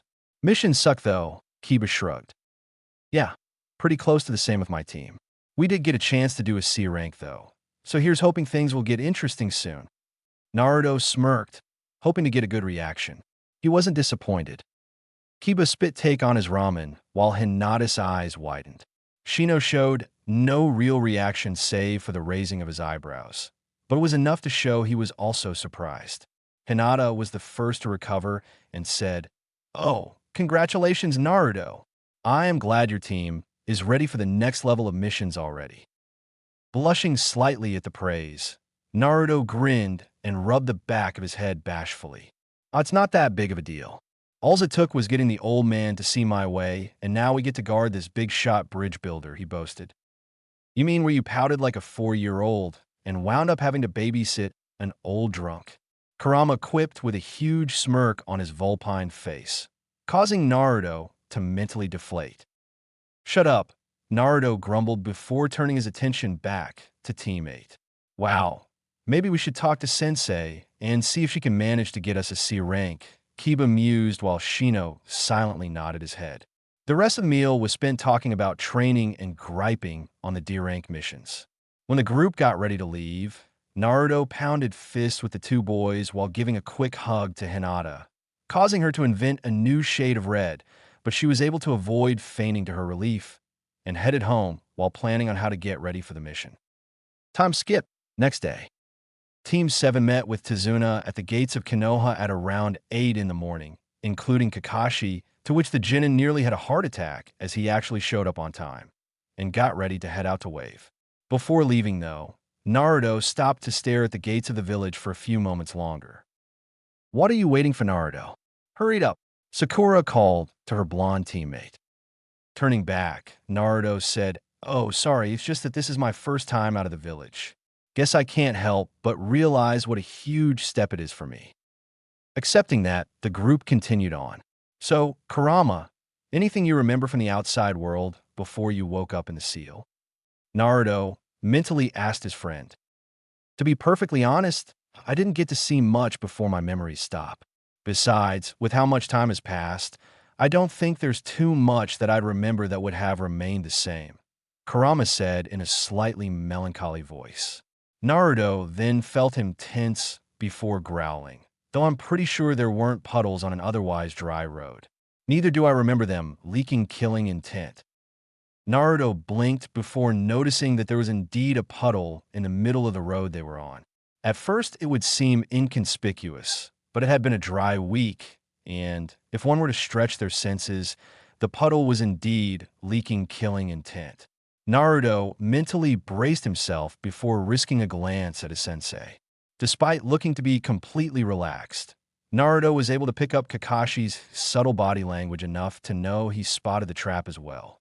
Deciding to go along with it, Naruto did his best to look unaware of his surroundings, a task many would say came naturally to him Dodge's Rasengan. Once the group passed the mystery puddle, the water suddenly warped and stretched into the figures of two somewhat short men who wore long, ragged cloaks and gas masks on their faces along with hidden mist headbands. The duo suddenly sprang forward at alarming speeds and circled around Kakashi, trapping him in a barbed chain that connected the matching clawed gauntlets each of the men wore. One little piggy, one of the men sneered before they both pulled the chain taut, causing Kakashi's body to fall in large chunks. Before the stunned Team 7 could recover, the Mist Ninjas were already on the move, trying to outflank Naruto. Two little piggies, the second man rasped as they went in for the kill. Before they could land a blow, Naruto and Sasuke gained matching smirks. Without hesitation, Sasuke threw a Kunai Shuriken combo at the duo as the Naruto they were attacking went up in a puff of smoke, revealing it to be a shadow clone, and distracted the two enemy shinobi long enough that Sasuke's shuriken caught their chain and pinned it to a tree, while the kunai added an extra force to nail the chain roughly to the tree in order to prevent the two from using it. While the two tugged fruitlessly at the chain for a split second, it was enough time for two more Narutos to leap out of the surrounding bushes and deliver wicked dropkicks to the backs of their skulls. Once the two Mist Ninjas tried to recover from the stunning blow, a larger shadow appeared behind the two and put them both in a headlock, effectively rendering them unconscious. The shadow revealed to be none other than an alive and well Kakashi, who was looking at his team with his patented eye smile. Great work, team. It's not every day you see two fresh genin take out two beranked, missing Nin like the Demon Brothers here. Kakashi congratulated as he held each of the attempted assassins under both his arms. Once Sakura was able to calm her beating heart and restart her brain, she managed to stutter out, "Kei Kakashi-sensei, you're alive." In response, Kakashi simply shrugged his head to where he was standing earlier to show a small pile of freshly cut timber, showing his escape was thanks to a well-placed substitution. Once she saw that, Sakura mentally deflated and said, "Oh, well, it's good to see you're all right, sensei, but I didn't really do all that much." Kakashi then said in a lecturing tone, "Not true, Sakura. While you were fairly startled by facing higher-level foes, that is the natural response for most people. However, you were still able to position your body in a protective stance in front of the client, which shows a great amount of willpower and determination." As Sakura blushed at the praise, Kakashi then turned to Tazuna with a much more serious expression. The bridge builder tried putting up an ignorant front and failed miserably. The man was clearly sweating and fidgeting under the Jonin's scrutinizing gaze. Kakashi said in a light but dangerous tone, "So, Tazuna, would you please explain to me why someone sent missing Nin after you?" Tazuna attempted to look affronted. "What do you mean?" he asked.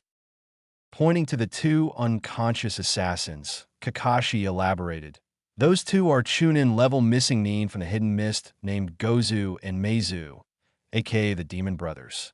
While it was possible they were after my head, they should have left after they supposedly killed me, yet they tried to attack the rest of my team. Now, there's several possibilities to why this happened, but they seem to have been specifically waiting for us. That means they knew their true target, you, will be heading this way. Last chance, why would someone hire missing Nin after you?" Tazuna gulped nervously before relenting. "All right, Fine. I'm sorry about lying on the level of the mission, but it was the only way. Our village is too poor to afford anything higher than a C-rank request, and I knew having ninja bodyguards was the only way to make sure I wasn't killed." Who's out to kill you? Kakashi questioned. A bitter look crossed the bridge builder's face. You might have heard of him. He's a tyrant who goes by the name of Gato. Gato? Kakashi blinked. As in Gato from Gato Company, the billionaire? The very same, Tazuna confirmed, except his business is just a front. The man's actually a crime lord who's involved in several illegal activities, such as smuggling, and has taken over Wave as his base of operations. That's why my bridge is so important, because without needing ships to reach the mainland, Gato's hold on our country will weaken. Because of this, Gato has sent assassins after my head. Kakashi sighed and said, while I'm not unsympathetic to your problem, this goes way outside the mission parameters for a simple genin team to handle. We'll need to scrap the mission and head back to the village to dash. Sensei, his village can't afford to pay the fee. Naruto interrupted, drawing the group's attention to him. As ninja, we should always help when somebody deserving is in need. I don't want to just leave his village to that jerk Gato, do you? I agree. Sasuke spoke up, causing the members of Team 7 some surprise, as he wasn't much one for conversation. I say we help out, but only if the old man is straight with us from now on. I don't want any more unpleasant surprises. Sakura looked nervous for a moment before steeling her resolve and nodding.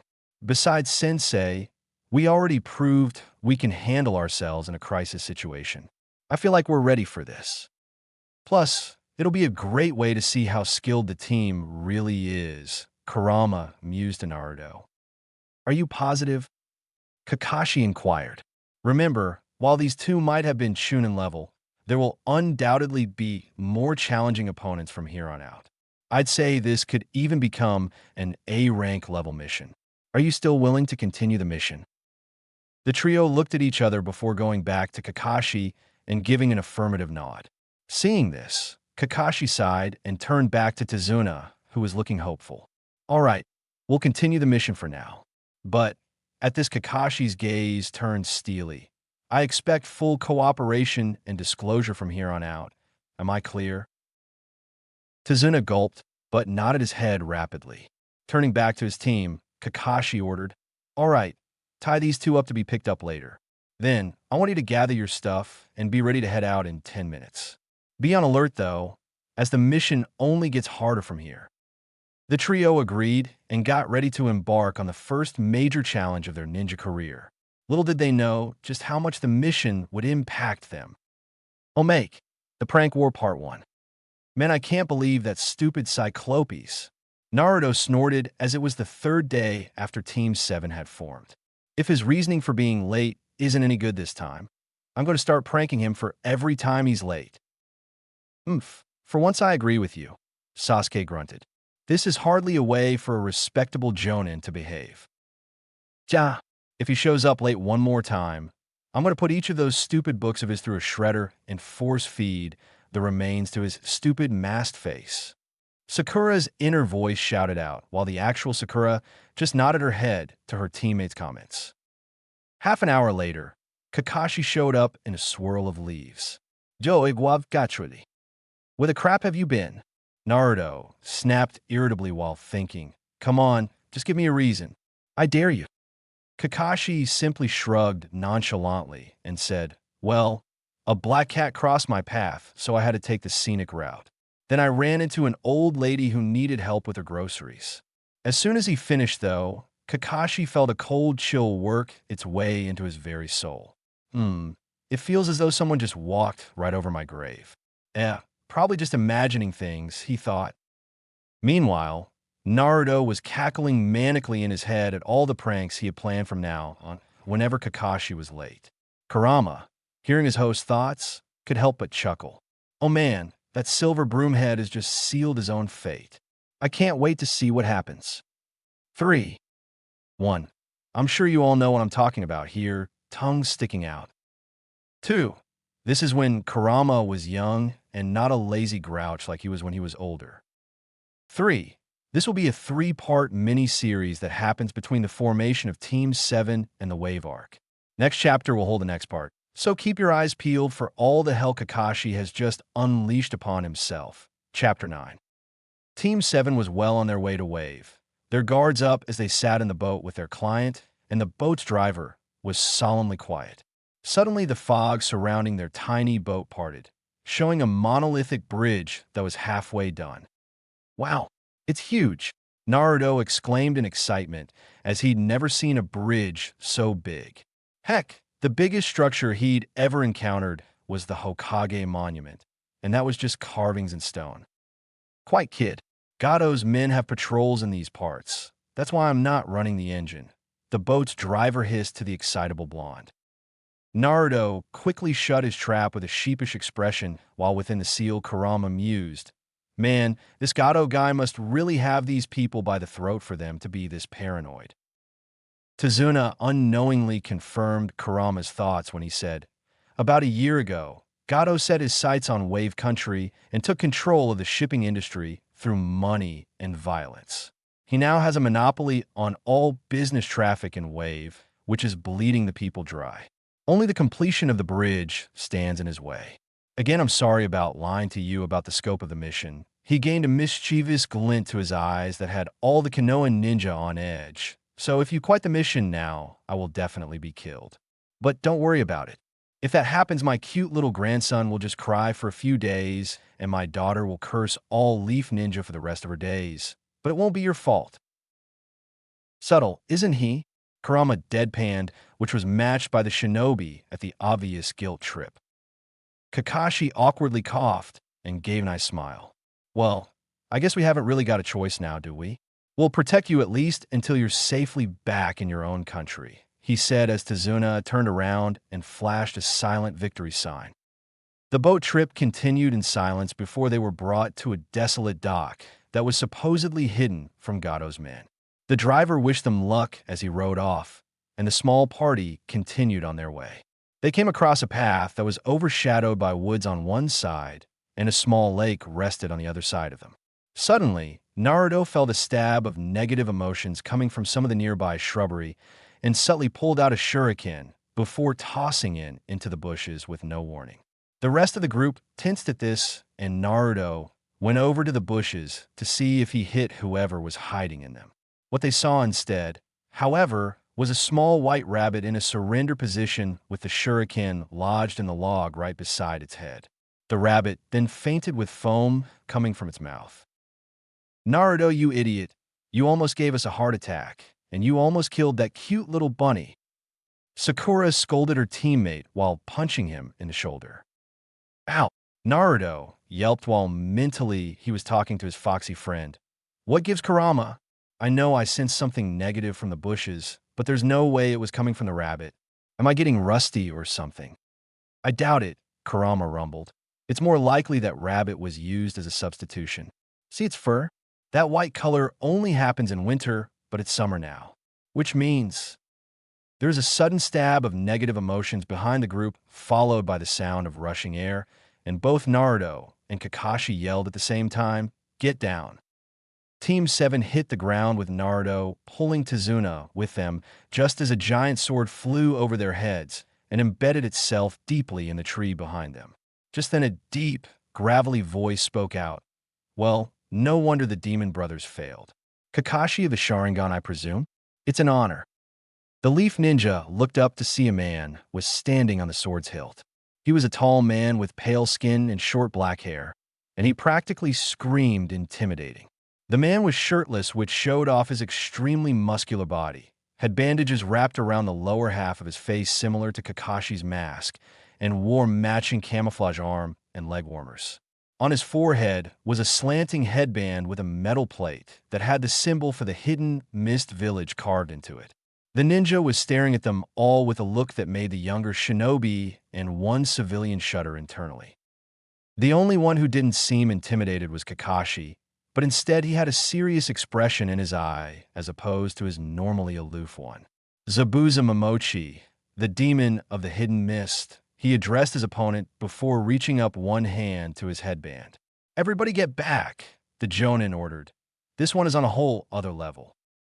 Yeah, pulling out your famous Sharingan already? Glad you're taking me seriously. However, the old man is mine, so apologies, but you and the brats have to die, Zabuza remarked while tensing his body. Surround Tazuna and protect him. Do not enter the fight. Kakashi commanded in a no-nonsense tone before lifting up his headband off his hidden eye, showing that it was red with three comma-shaped markings surrounding the pupil. He's mine. He finished as he got into a ready stance. Inside the seal, Kurama tensed when he saw the Sharingan. I don't know what it is, but something about that eye is making me uneasy, he muttered to himself as his hackles rose. It reminds me of the old man's Rinnegan, but colder. I feel like I've seen it before, though, but I can't remember where. He finished as he racked his brain, trying to figure out where he'd seen eyes like that before, but coming up blank beside some half-forgotten nightmare. Meanwhile, in the real world, despite it being a potential combat position, the two Jonin-level ninjas decided to educate the group on what the Sharingan was and what it was capable of doing. Apparently, it was a bloodline of Sasuke's clan, the Uchiha, which raised the question of why Kakashi had one, that allowed the user to see through Tide Dash, Jin Dash, and Ninjutsu, as well as being able to copy an opponent's technique once it is seen. Then it was revealed by the missing ninja that Kakashi had an entry in the Hidden Mist Bingo book labeling him as the man who copied 1,000 jutsu. That sounds hardcore, Naruto mused, seeing his sensei in a whole new light. It's definitely surprising considering on how lazy he acts half the time, Kurama chimed in, deciding to worry about the feeling he had towards the Sharingan later. Zabuza crouched down, and he seemed to be smirking under his bandages. Now, let's stop talking and get to the killing part, shall we? With near inhuman levels of speed, the former Mist Ninja ripped his sword out of the tree and leapt to the nearby lake, standing on the water's surface in the lake center. Ninja art, Hidden Mist Jutsu, he declared after doing a series of hand seals. Suddenly, the fog in the area started to thicken at an alarming rate. The Leaf Ninja had zero visibility after only a few moments. Kakashi warned his team to be on their guard, as Zabuza was famed for being a master of the silent killing technique, able to kill his opponent before they realized they were dead. Just then, a cold chuckle rang through the mist before Zabuza's voice started calling out mockingly on all the fatal targets on the human body and wondering which he should go after first. The area was soon flooded with a thick killing intent from the two Jonins' clashing wills. The feeling was nearly suffocating, but luckily for Naruto, he had a source of comfort in his internal friend, who was able to dampen the worst of the effects by using his chakra to shield Naruto's mind the second he felt the killing intent spike. Sasuke, however, wasn't as fortunate and, due to his past trauma with his family, was almost brought to the breaking point from exposure to the potent intent. Thankfully, Kakashi was able to give him and his team words of insurance stating that he wouldn't let his comrades die. We'll see about that. Zabuza's voice sounded from right in the middle of the team's formation. Startled, Naruto started channeling minute amounts of Kurama's chakra, enough to make his pupils become slit and sharpen his reflexes, and was able to turn in time to see Zabuza crouched in the middle of the group. Acting on both reflex and instinct, Naruto was able to bring his kunai up into a stabbing position, but before he could prepare either a defense or a counterattack, Kakashi was right beside him with his own kunai lodged in Zabuza's gut. Before they could even breathe a sigh of relief, another Zabuza appeared behind Kakashi, showing the one he was stabbing was a water clone. Using his heightened reflexes to his advantage, Naruto gave a warning shout to his sensei before throwing his own kunai at the attacking ninja. Unfortunately, Naruto's kunai was too slow, but the copy ninja was not. Just as the assassin seemed to bifurcate the silver-haired man, he too burst into a pool of water, showing him to also be a water clone. What occurred next was almost a cat-and-mouse game between the two, where one Jonin would seemingly kill their opponent only to show that it was a water clone only for the reverse to happen to them. Eventually, however, Zabuza gained the upper hand and was able to land a strong kick into Kakashi's torso. This was actually a ploy, however, as Kakashi planted caltrops in order to slow the Mist Ninja down while he would use the opportunity to gain some distance in the lake and come up with a strategy. Zabuza was not so easily fooled, though, and was able to get the drop on Kakashi and formed a prison made out of the water around the man, trapping him inside. No, Kakashi cursed his mistake as he'd been played into going into Zabuza's element. Now I can take care of you at my leisure. But first, Zabuza gloated before forming another water clone that started stalking towards the remainder of Team 7 in their charge. I'll take care of your brats. Before the Genin could blink, Zabuza's clone was right in front of Naruto and sent him hurtling back with a devastating blow.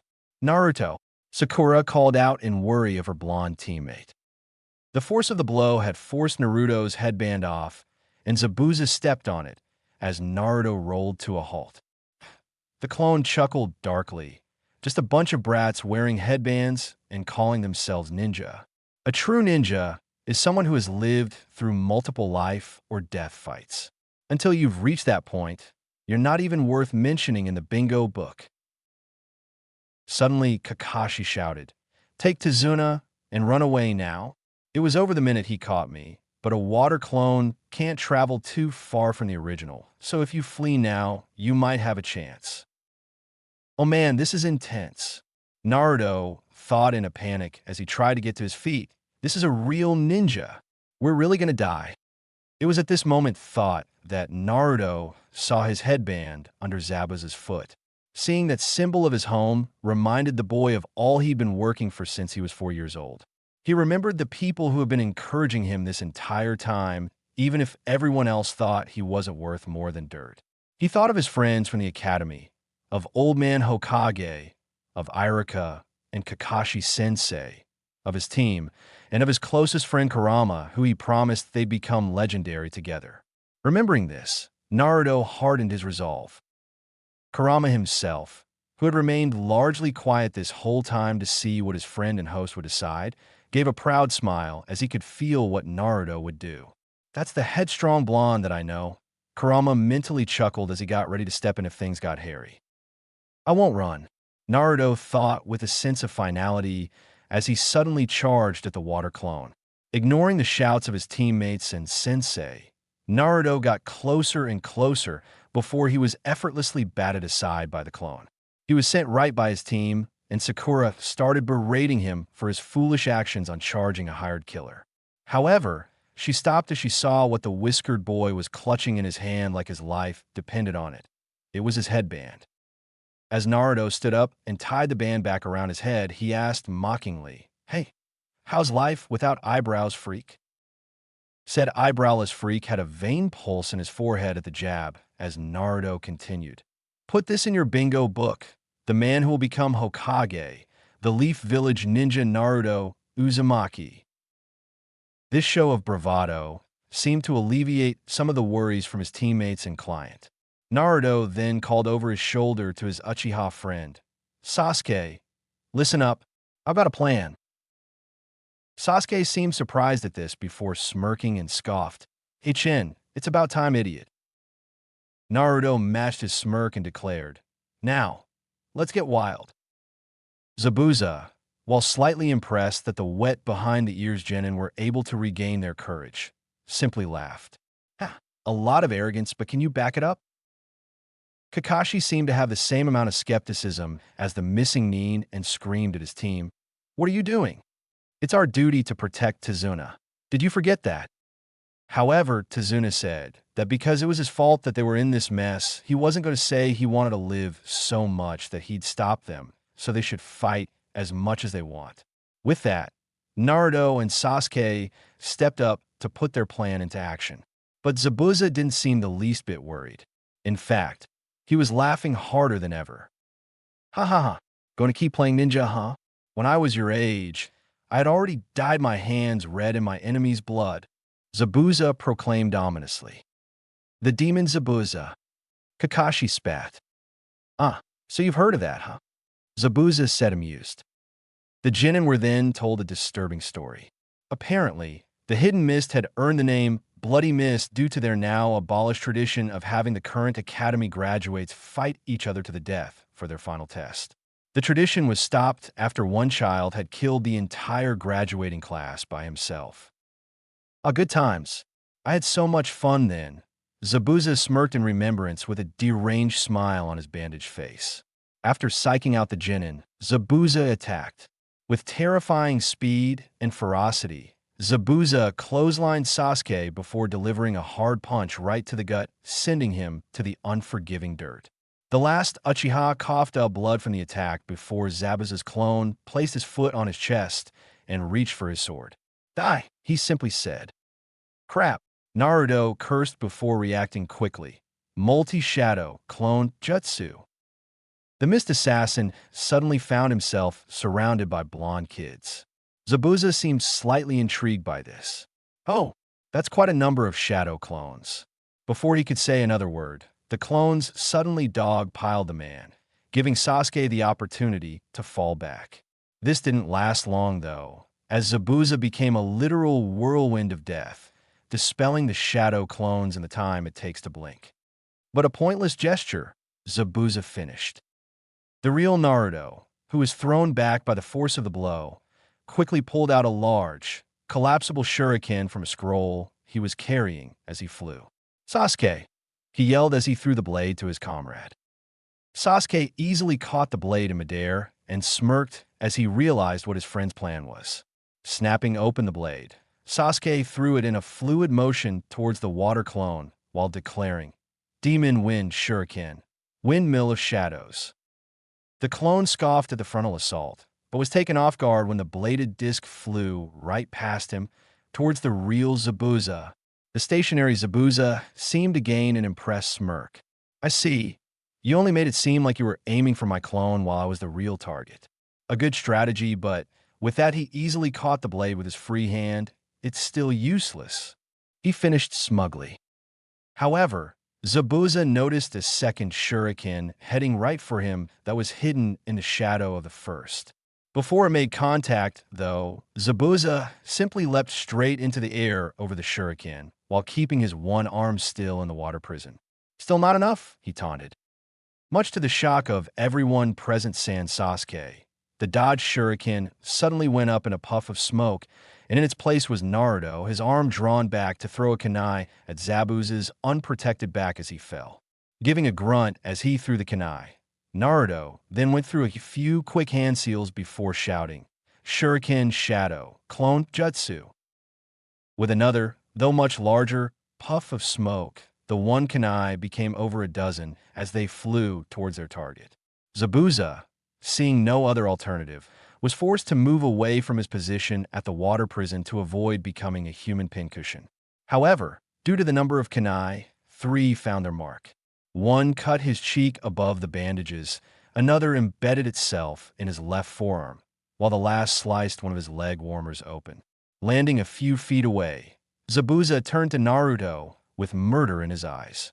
Pulling out the one kunai with a hiss of pain, the Rouge Mist ninja charged at Naruto, spinning his stolen collapsible shuriken as he went. "Die, you little punk!" Zabuza roared as he closed in on Naruto. As he emerged from the water he landed in, there was a splash of blood, but it wasn't the Jinchurikis. A now freed Kakashi stood between the assassin and his student with him, using his own hand to stop the blade of the shuriken. Thanks to the metal plate on the back of his gloved hand, the blade did minimal damage. The silver-haired ninja then sent a glare Zabuza's way with both his normal and Sharingan eye, causing the swordsman to take an involuntary step back. "Great job, Naruto," Kakashi praised. "You guys have really grown up." Naruto chuckled bashfully as he gave a brief summary of his plan. The Fox container had switched places with one of his clones when Zabuza was getting dogpiled, and had used the transformation jutsu on himself to become disguised as a demon wind shuriken. The clone then threw it to Sasuke, who caught onto the plan in an instant, and threw both the disguised Naruto and a real shuriken to complete the plan's objective of freeing Kakashi. Zabuza just brushed it off as him getting distracted, but Kakashi rebuked him, saying he was forced to release the water prison, the 3 wounds being testament to his team's skill. "I should warn you, I don't fall for the same jutsu twice," Kakashi threatened as the two broke contact, Zabuza giving a scoff at what he saw as a bluff. The two jonin began to trade blows again, but this time it was clear that Kakashi held the upper hand. For every move Zabuza made, Kakashi had a counter for it, and when the former mist ninja would cast a jutsu, Kakashi would use the same move almost the exact time Zabuza would launch his jutsu. In fact, as the battle progressed, it seemed like Kakashi was performing identical jutsu to Zabuza either right as he launched his or even a split second beforehand. This got the missing Nin seriously spooked, as soon Kakashi was even starting to say things that he was thinking, sometimes even before he thought it. Soon, his shaken nerves cost him as Kakashi was able to overpower the demon and pinned him to a tree with a barrage of kunai. Grunting in pain, Zabuza looked up to see Kakashi approach him, kunai drawn for the kill. "Can you see the future?" he asked the copy ninja fearfully. Kakashi, with his Sharingan seemingly spinning, answered, "Yes, and your future is death." Before the Leaf Jonin could land a killing blow, however, two metal needles suddenly stabbed right into Zabuza's neck, causing him to slump over. Team 7 exclaimed in shock at the sudden and unexpected kill before looking for the source of the needles. Just then a voice rang out almost coyly, "You were right, he did die." The group looked to the source of the voice and saw a somewhat small figure crouching from a nearby tree. The person's face was hidden by a white mask that had a red wave on it and the hidden miss symbol etched on the forehead, hiding their facial features. Besides that, the person had long, silky black hair that was partially tied up in a bun while two bangs hung free and was wearing thick brown and green clothing that made the figure androgynous.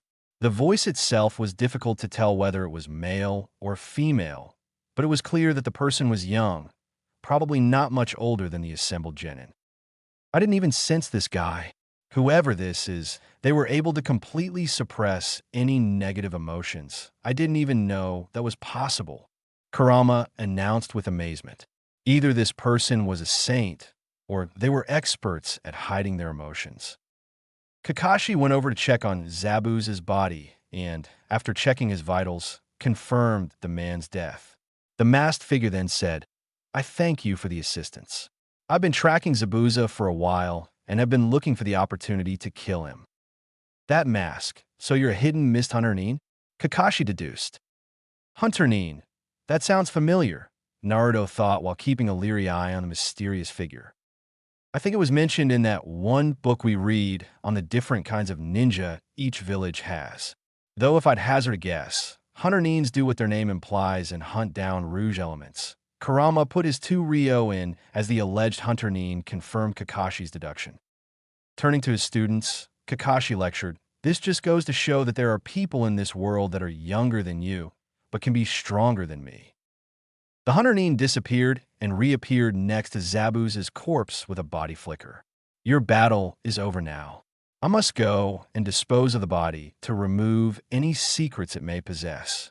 Farewell," the ninja said before disappearing once more in a body flicker.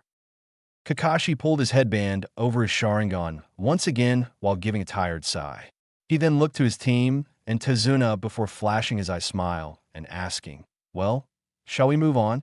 He turned around, gave 2 steps, then collapsed to the ground with a groan.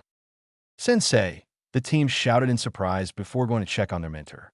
It looked as though he had collapsed in exhaustion and would need to be carried the rest of the way.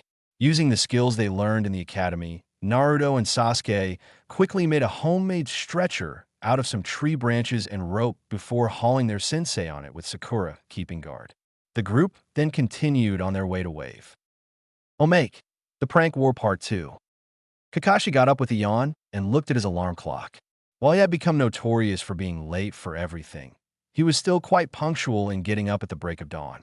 A habit from his more disciplined days he'd kept, he supposed. Confirming he had a good 3 hours before he met his cute little genin, of which they'd be waiting for him for 2, Kakashi would normally at this time begin his morning rituals. The jonin would do a variety of exercises in his room such as sit-ups, push-ups, squats, and so on, followed by a shower, get changed, eat breakfast, then head down to the memorial stone where he would spend 2 hours paying his respects before finally arriving to meet his squad. This morning, however, something fell off. Maybe it was years of being a trained ninja, or maybe it was just plain old paranoia, But the second Kakashi stepped out of bed, his instincts were screaming at him that something wasn't right. Keeping his guard up, Kakashi moved to the center of his bedroom to begin his exercise. This morning, the silver-haired man decided to start with jumping jacks. Kakashi leapt into the air, legs and arms spreading. Then he started to descend and prepare to land before pushing off again when, crash! Kakashi's visible eye widened and teared up in pain as the mysteriously freshly waxed floor caused his feet to slip and forced him into the most painful position a man could take, a full-on split. After much moaning and cursing, Kakashi was finally able to pull himself into a straightened position.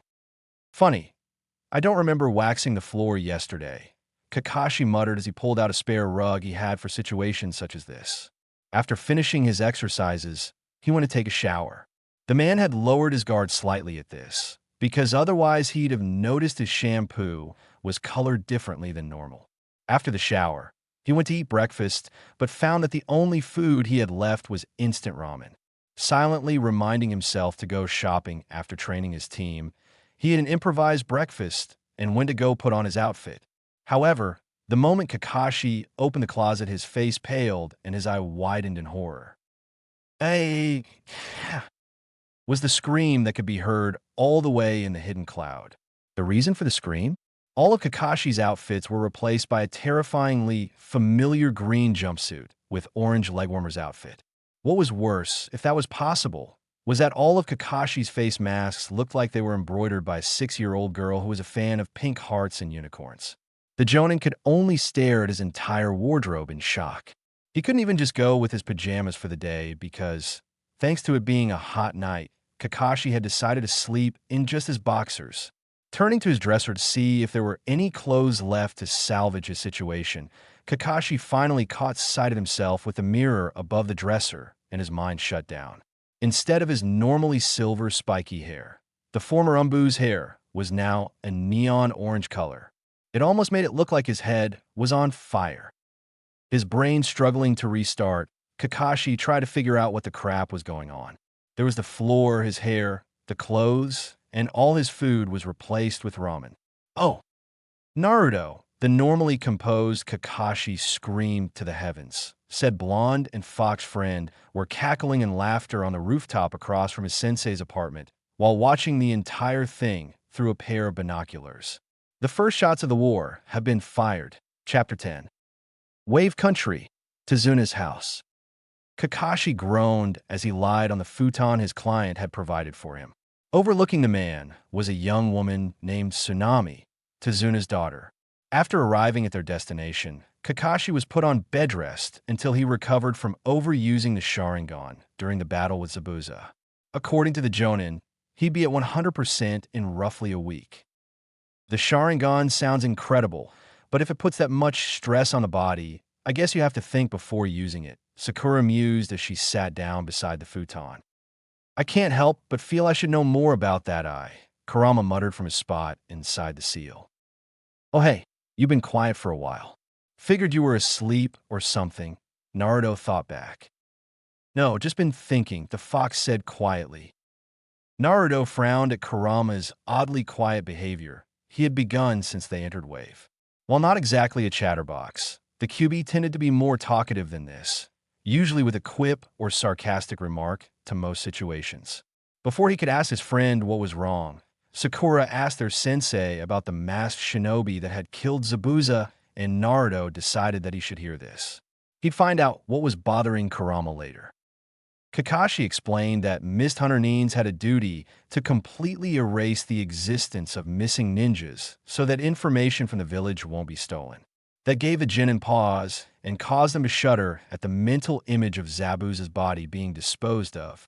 Suddenly, though, Kakashi paused in his explanation, and he seemed to pale with a limited amount of face exposed, while he seemed to contemplate something. "What's wrong, sensei?" Naruto asked. "Well," Kakashi began, "body erasing usually occurs right on the spot of the kill. And yet that masked ninja took the body with him while all he needed was the head. Then there was the weapons he used." Sasuke seemed to reach the same conclusion as the Jonin as he paled and said in a shaky voice, No way. Yeah, Kakashi sighed before gaining a serious look. It's more than likely Zabuza is still alive. Needless to say, Team 7 and Tizuna were rather put off by that bit of information. And by that I mean they all had faces of abject horror. Kakashi explained that, while Zabuza didn't have a pulse when he checked after the battle, there are points on the body that can cause people to go into a death-like state, something easy to accomplish with the Simban acupuncture needles the supposed Hunter Neen used. His use of a low-fatality weapon and the removal of the entire body both pointed towards the Hunter Neen being a possible accomplice of Zabuza, who was there to save him if things went south. Either way, we're going to prepare before it's too late. That's a shinobi rule. Plus, there is always the chance Gato will hire stronger shinobi. Kakashi finished. Naruto gained an eager grin because, while the prospect of fighting Zabuza again was terrifying, it was also quite exciting that he'd get another chance to truly prove himself as a ninja of Konoha. Kakashi then informed the team he was planning on training them. And when Sakura expressed her concern that they wouldn't have time to get the necessary level of strength, he assured them that it took time for someone to recover from being put in a death-like state. The silver-haired man estimated they'd have a week to prepare and told them he had faith in their ability to grow as shinobi. Sounds like fun. Naruto grinned eagerly. That's stupid, a young voice said from the house's entrance. Turing, the ninja were greeted by the sight of a boy around 8 years old wearing a large bucket hat, overalls, and a turtleneck. Something about the boy, whether it was his condescending tone or the deadpan glare he was sending the ninja, just rubbed Naruto the wrong way. Both Tizuna and Tsunami greeted the boy as Inari, Tsunami's son and Tizuna's grandson. When he was introduced to the genin, Inari's response made Naruto even angrier than before. He said, "Mom, they're going to die." Gaining a tick mark on his head, Naruto snapped. "And what's that supposed to mean, you brat?" Without missing a beat, Inari said, "There's no way you can win against Gato." Naruto got more than a little irritated by this kid's dismissive attitude and proudly pointed a thumb to his chest. "Listen, Inari, I'm a man who will one day be a super heroic Hokage of the Hidden Leaf. This Gato guy's got nothing on me." Inari scoffed. "What are you, stupid? There's no such thing as a hero." With that, he turned away and said he was going to his room to look at the ocean. "The crap is that kid's problem?" Naruto ranted mentally, bugged at being so easily dismissed. "I wonder," Kurama thought as he watched Inari's retreating form with narrowed eyes.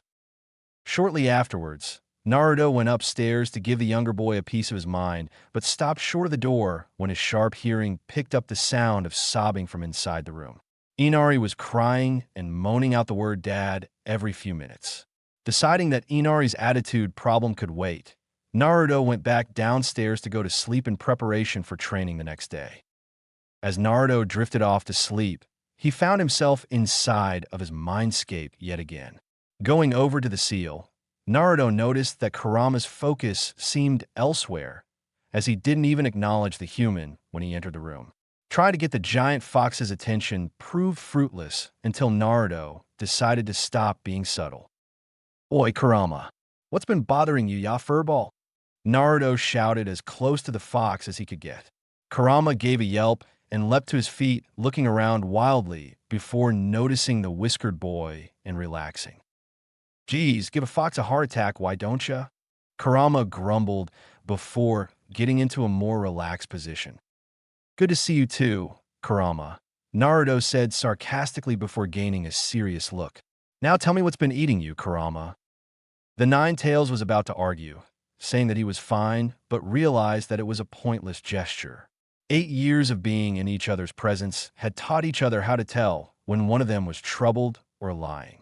So giving out a sigh with hurricane-force winds, Kurama explained, "I don't know what it is, but something about this place seems wrong. It's as if someone has drained all the joy in life from here. That bucket hat kid was a prime example of what I've been feeling ever since we got into the area. It's a little overwhelming, truth be told." Naruto frowned at the response. "Come to think of it, I did think this place had a gloomy atmosphere when we started getting closer." I guess I just ignored it because of my nerves or something. Kurama nodded, even though he knew the real reason was that Naruto's ability to sense negative emotions largely stemmed from his chakra. So the fox had been purposely trying to hold it back as well as he could so his friend wouldn't be burdened with the overwhelming despair of the area while he needed to focus on the mission. Whatever that Gato guy did to Wave, it's bad Naruto, that's all I can really say. Naruto gave his roommate a confident grin and said, don't worry your furry head about it, Kurama. My team's going to kick Gato's, but get that bridge built and have this place back to normal in a jiffy. He then finished by sticking his fist out at the fox. Kurama gave a small smile and said, I'm sure you will. He then adopted his serious look once more. I have to warn you, though, Naruto, that this won't be easy. You're going to need to train hard if that Cyclopes was right about Zabuza. And we don't even know what his accomplice is capable of. You may even need to use my chakra in the coming battle if things go too far. Naruto nodded with a thoughtful frown. Yeah, I kind of figured. Hope it doesn't come to that, though, because while I trust Sasuke and Sakura, I'd rather have them find out about you in a less stressful situation, preferably when all my other friends are present. As for training, he gained a cocky smirk. Was there ever any doubt? The two friends shared a laugh before continuing to discuss their plans for the coming week. We're going to be climbing trees. A crutch-supported Kakashi beamed with an eye smile to his students in a clearing not too far from Tazuna's house. Sakura timidly raised her hand. I'm sorry, Sensei, but how does climbing trees count as training? Even though his face was covered, Kakashi's smile seemed to grow wider. I'm glad you asked. You see, you won't be climbing like normal, you'll be climbing dash. With just your feet, right? Naruto butted in, causing his team to look at him in surprise. Seeing the looks he was getting, Naruto shrugged his shoulders and said, I actually looked this up back when we were in the academy, so I know the basics of it. Hold on, Sasuke interrupted with narrowed eyes. Why did you look it up? Naruto turned to his Uchiha teammate and answered, well, you know that I've got a lot of chakra, right? Turns out, though, that causes hell on a person's chakra control. So I had trouble pulling off a lot of basic jutsu. I went and looked through several books on training and chakra control, and, with the help of the old man, learned about tree walking. It said that because the feet are the most difficult place to focus chakra in, the exercise helps you learn to use chakra better. Kakashi nodded his head. Naruto is correct.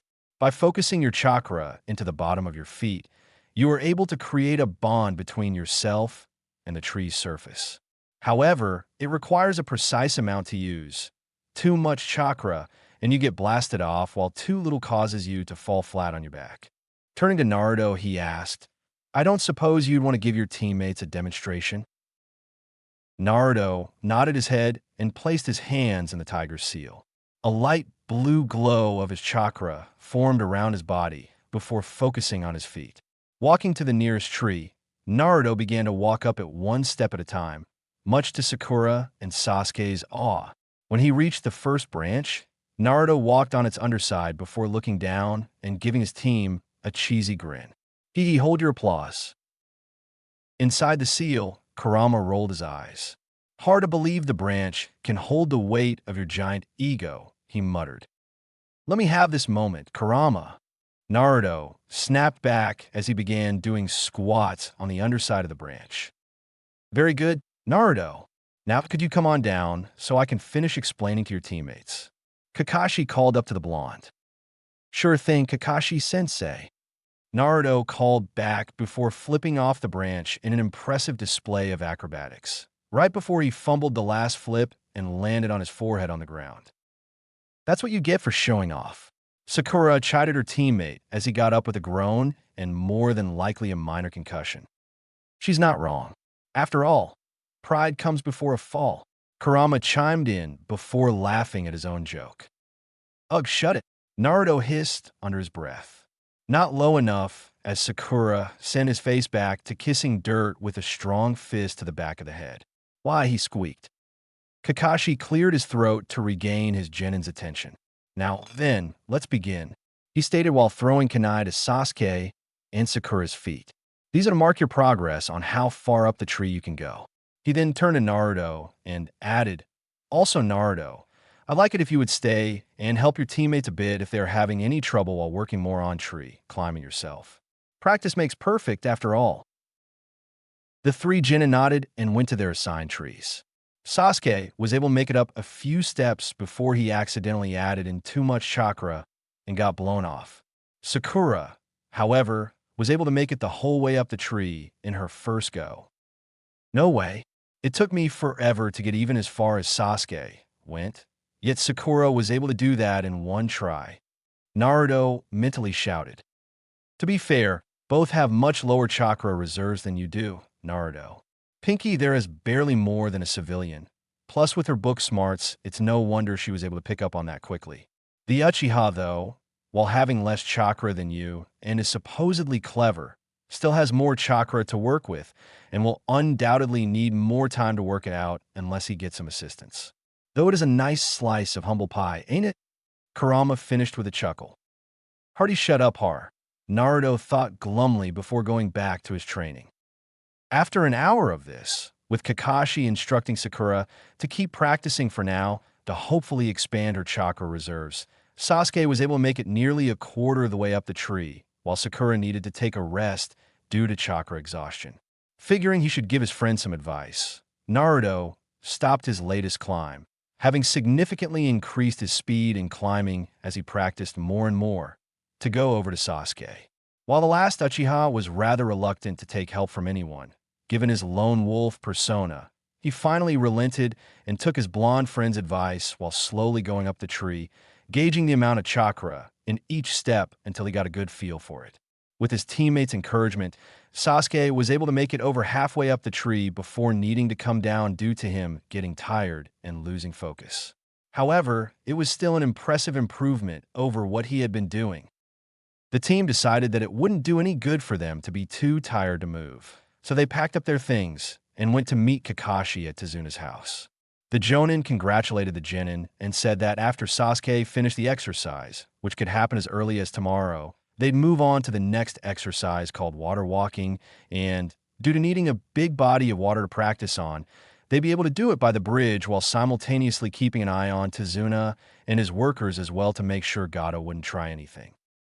Naruto snarled in anger as he kicked a tree by the clearing he was in. Thanks to enforcing his leg with chakra at the time, the tree snapped like a twig before falling over. The nerve of that brat! Naruto ranted in his mind. The past few days have been both good and bad for Team 7. They were good in that they had all managed to complete the tree climbing exercise in only 2 days' time and had already began to tackle water walking shortly afterwards by the bridge's construction site. While there were a few snags, namely the fact that the exercise was much trickier than tree climbing and resulted in 3 very wet genin by the end of the day, they were still making steady progress. They were bad in that during their time, spin and wave, Team 7 was able to find the exact impact that Gato had on the land and its people. The village itself looked more like a ghetto, with people barely scrapping by in run-down businesses. Pickpocketing was rampant, and many children were begging in the streets in ragged clothes and hungry expressions. All the people looked as if the hope had been sucked out of their lives. At least now Naruto was able to pinpoint the source of the negative feelings that had been bugging his sealed friend since their arrival. Gato's tyranny over the people of Wave was simply appalling, and the members of Team 7 vowed to see it put right. Of course, their job was made harder by the fact many of Tezuna's workers had quit because they feared they'd be brining Gato's wrath upon themselves and their family if they continued their work, even after seeing Tezuna putting on a brave face for them all. Naruto helped by creating several dozen shadow clones that would run odd jobs for Tezuna to help with the workload, and both Sasuke and Sakura would lend a hand during their free time as well. So, slowly but surely the work got done as the days went by. That brings us to today. During dinner that evening, Kakashi was praising his team for their progress and the help they've been providing while Tezuna was thanking them and proudly saying his bridge was right on schedule when Inari snapped at them. The boy said they were all foolish for opposing Gato and that they'd all die for nothing. When Kakashi tried to calm the boy down, He snapped and flat out accused a ninja of never knowing suffering, so how could they even understand what they were going through? Naruto, whose patience with the young boy had been wearing thin for days now, finally snapped at him. While he and the rest of his team had heard the story of Inari's stepfather Kaiza, how he stood up to and was executed by Gato, Naruto knew it was no excuse for this child to be lecturing them on what is and isn't suffering. While his life had improved since meeting Kurama, Naruto still remembered those terrible early years and the harsh stares and whispers that still follow him like the plague. Kurama himself still had no memory of the centuries of his life he had missed and still didn't know the condition of his siblings. Then there is Sasuke, who Naruto knew had experienced heartache no one on earth should ever have to endure. Finally, there's the villagers of Wave themselves who live every day as a struggle. So Naruto let him have it, calling him out on the fact that, while Inari had a bad break, he still had a grandfather and mother who loved him and were trying to make life better for him, and that by saying they should give up, he was undermining not only them, but all that his stepfather stood for. He finished by calling Inari a big crybaby and that he needed to grow up before leaving the house to work out his frustration. 1. I know that kid had a mouth on him, but try not to let it get to you, Naruto. He's still very young and hasn't fully experienced the world yet. What he has experienced would probably mess up anyone's worldview, though. Kurama lectured as Naruto continued to attack the surrounding foliage with chakra, enhanced blows, and weapons. Naruto took a deep breath as he tried to relax, entering his mindscape. I know that, Kurama. I guess it just hit a little too close to home for me, that's all, he explained. Kurama nodded in understanding before a challenging smile made its way onto his face. I know I'll cheer you up, though. Let's fight, he roared before smacking the bars of his cage with his tails. Naruto met the smirk with his own. Bring it on, he yelled back as Kurama's red chakra started to leak through the bars, forming a human-sized avatar on the other side of the cage, too. The two had discovered this ability the fox possessed about 2 years ago and had used it to help Naruto with his training. Because it was in his mindscape, the physical aspects of the training weren't as apparent, but it helped Naruto hone his reaction time and gave him practice fighting opponents much stronger than he is. With a battle cry, the two friends charged at each other. Their battle lasted well into the night, and before Naruto knew it, he fell asleep from sheer mental exhaustion. Hey, wake up! 1. I know this is a really abridged version of events, but it is very similar to canon except with the addition of water walking training and all members of Team 7 helping out instead of just Sakura. Hope this is okay. I just didn't feel like rewriting it all word for word. 2. Think in Shippuden when Kurama formed that bubble-like avatar when Naruto was at Orochimaru's base facing Sasuke, but more solid. Omake. Naruto could barely stifle his giggling as he sat at Training Ground 7 with his teammates. It was nearly an hour later than when they normally have to wait, and the Team Sans the Blonde were beginning to grow impatient. This, of course, was largely due to a little payback Naruto had decided to pull on their sensei to show him the value of being on time, for his own sake, if nothing else. Naruto, when the world is so funny. Kakashi-sensei is even later than usual. Yet here you are acting as if the greatest joke of all time was pulled. Sakura snapped at the fox-possessed boy after her already frayed patience snapped. Knowing how volatile his pink-haired teammate could get, Naruto was able to hold his laughter in order to give what he hoped was a satisfactory answer to the only female of the team. Well, Sakura, I get this feeling we may not have to worry so much about our tardy teacher anymore. How do you figure that? Sasuke grunted from his leaning position against the training poles. Naruto outright laughed at that. Let's just say that Kakashi-sensei got a wake-up call he won't soon forget, he explained through his laughter. Sakura gave her whiskered teammate a scrutinizing glance and asked slowly, Naruto, what did you do to Kakashi-sensei? Before the boy could respond, there was a flurry of leaves before the genin, and once they cleared, an eye-smiling Kakashi was standing before the three. He raised an arm with a bit more enthusiasm than normal and said in an oddly cheerful voice, Good morning, my cute little genin. Taken aback slightly by her sensei's strange behavior. It's actually closer to noon now, Kakashi-sensei. Normally, this would be when she'd chew the man out for being late, but his behavior was rather unnerving. Kakashi merely waved a dismissive hand and said, "Sorry about that. I had an interesting morning, which ended with me having to go to a friend's house to borrow something. I don't suppose you would know anything about it. Would you, Naruto?" Said boy merely grinned mischievously at the man and said, "I'm not sure what you mean, Kakashi-sensei. Though from the sound of things, it sounds like karma decided to do something about your tardiness for once. Perhaps you should take this as a sign and show up earlier from now on." Kakashi's cheerful look didn't diminish at all during the entire exchange, which would set off warning bells to anyone who knew the man. "Ah, I see. Thank you for your honesty and opinion, Naruto. I'll be sure to take it under advisement. In the meantime, here's some chocolate for being straightforward with me." He finished while tossing said treat to the surprised blonde's hands. Thanks," Naruto said hesitantly, as he wasn't sure what to make of this scenario. Not knowing what else to do, Naruto started to unwrap the chocolate treat. "There is definitely something wrong here," Kurama pondered as he watched the events unfold within the seal. "There's probably laxatives in the chocolate, or something will explode, or dash." He froze mid-sentence with a horrified look on his face. "Oh no," he whispered. "Kurama? What's dash?" Naruto started to think before the sound of pounding feet could be heard. "What th dash?" He barely had time to think before a blur crashed into him and sent him sprawling on the ground, something heavy sitting on his chest. "Culat," the thing screamed. "Oh crap." Naruto shuddered as he realized the man was the same crazy person he dealt with during one of his first year ranks. "The lesson here, my cute little genin," Kakashi instructed as the other two members watched their third get pinned by a middle-aged man who was trying to force the chocolate from Naruto's clenched hand, "is that if you want to strike the king, you better kill the king."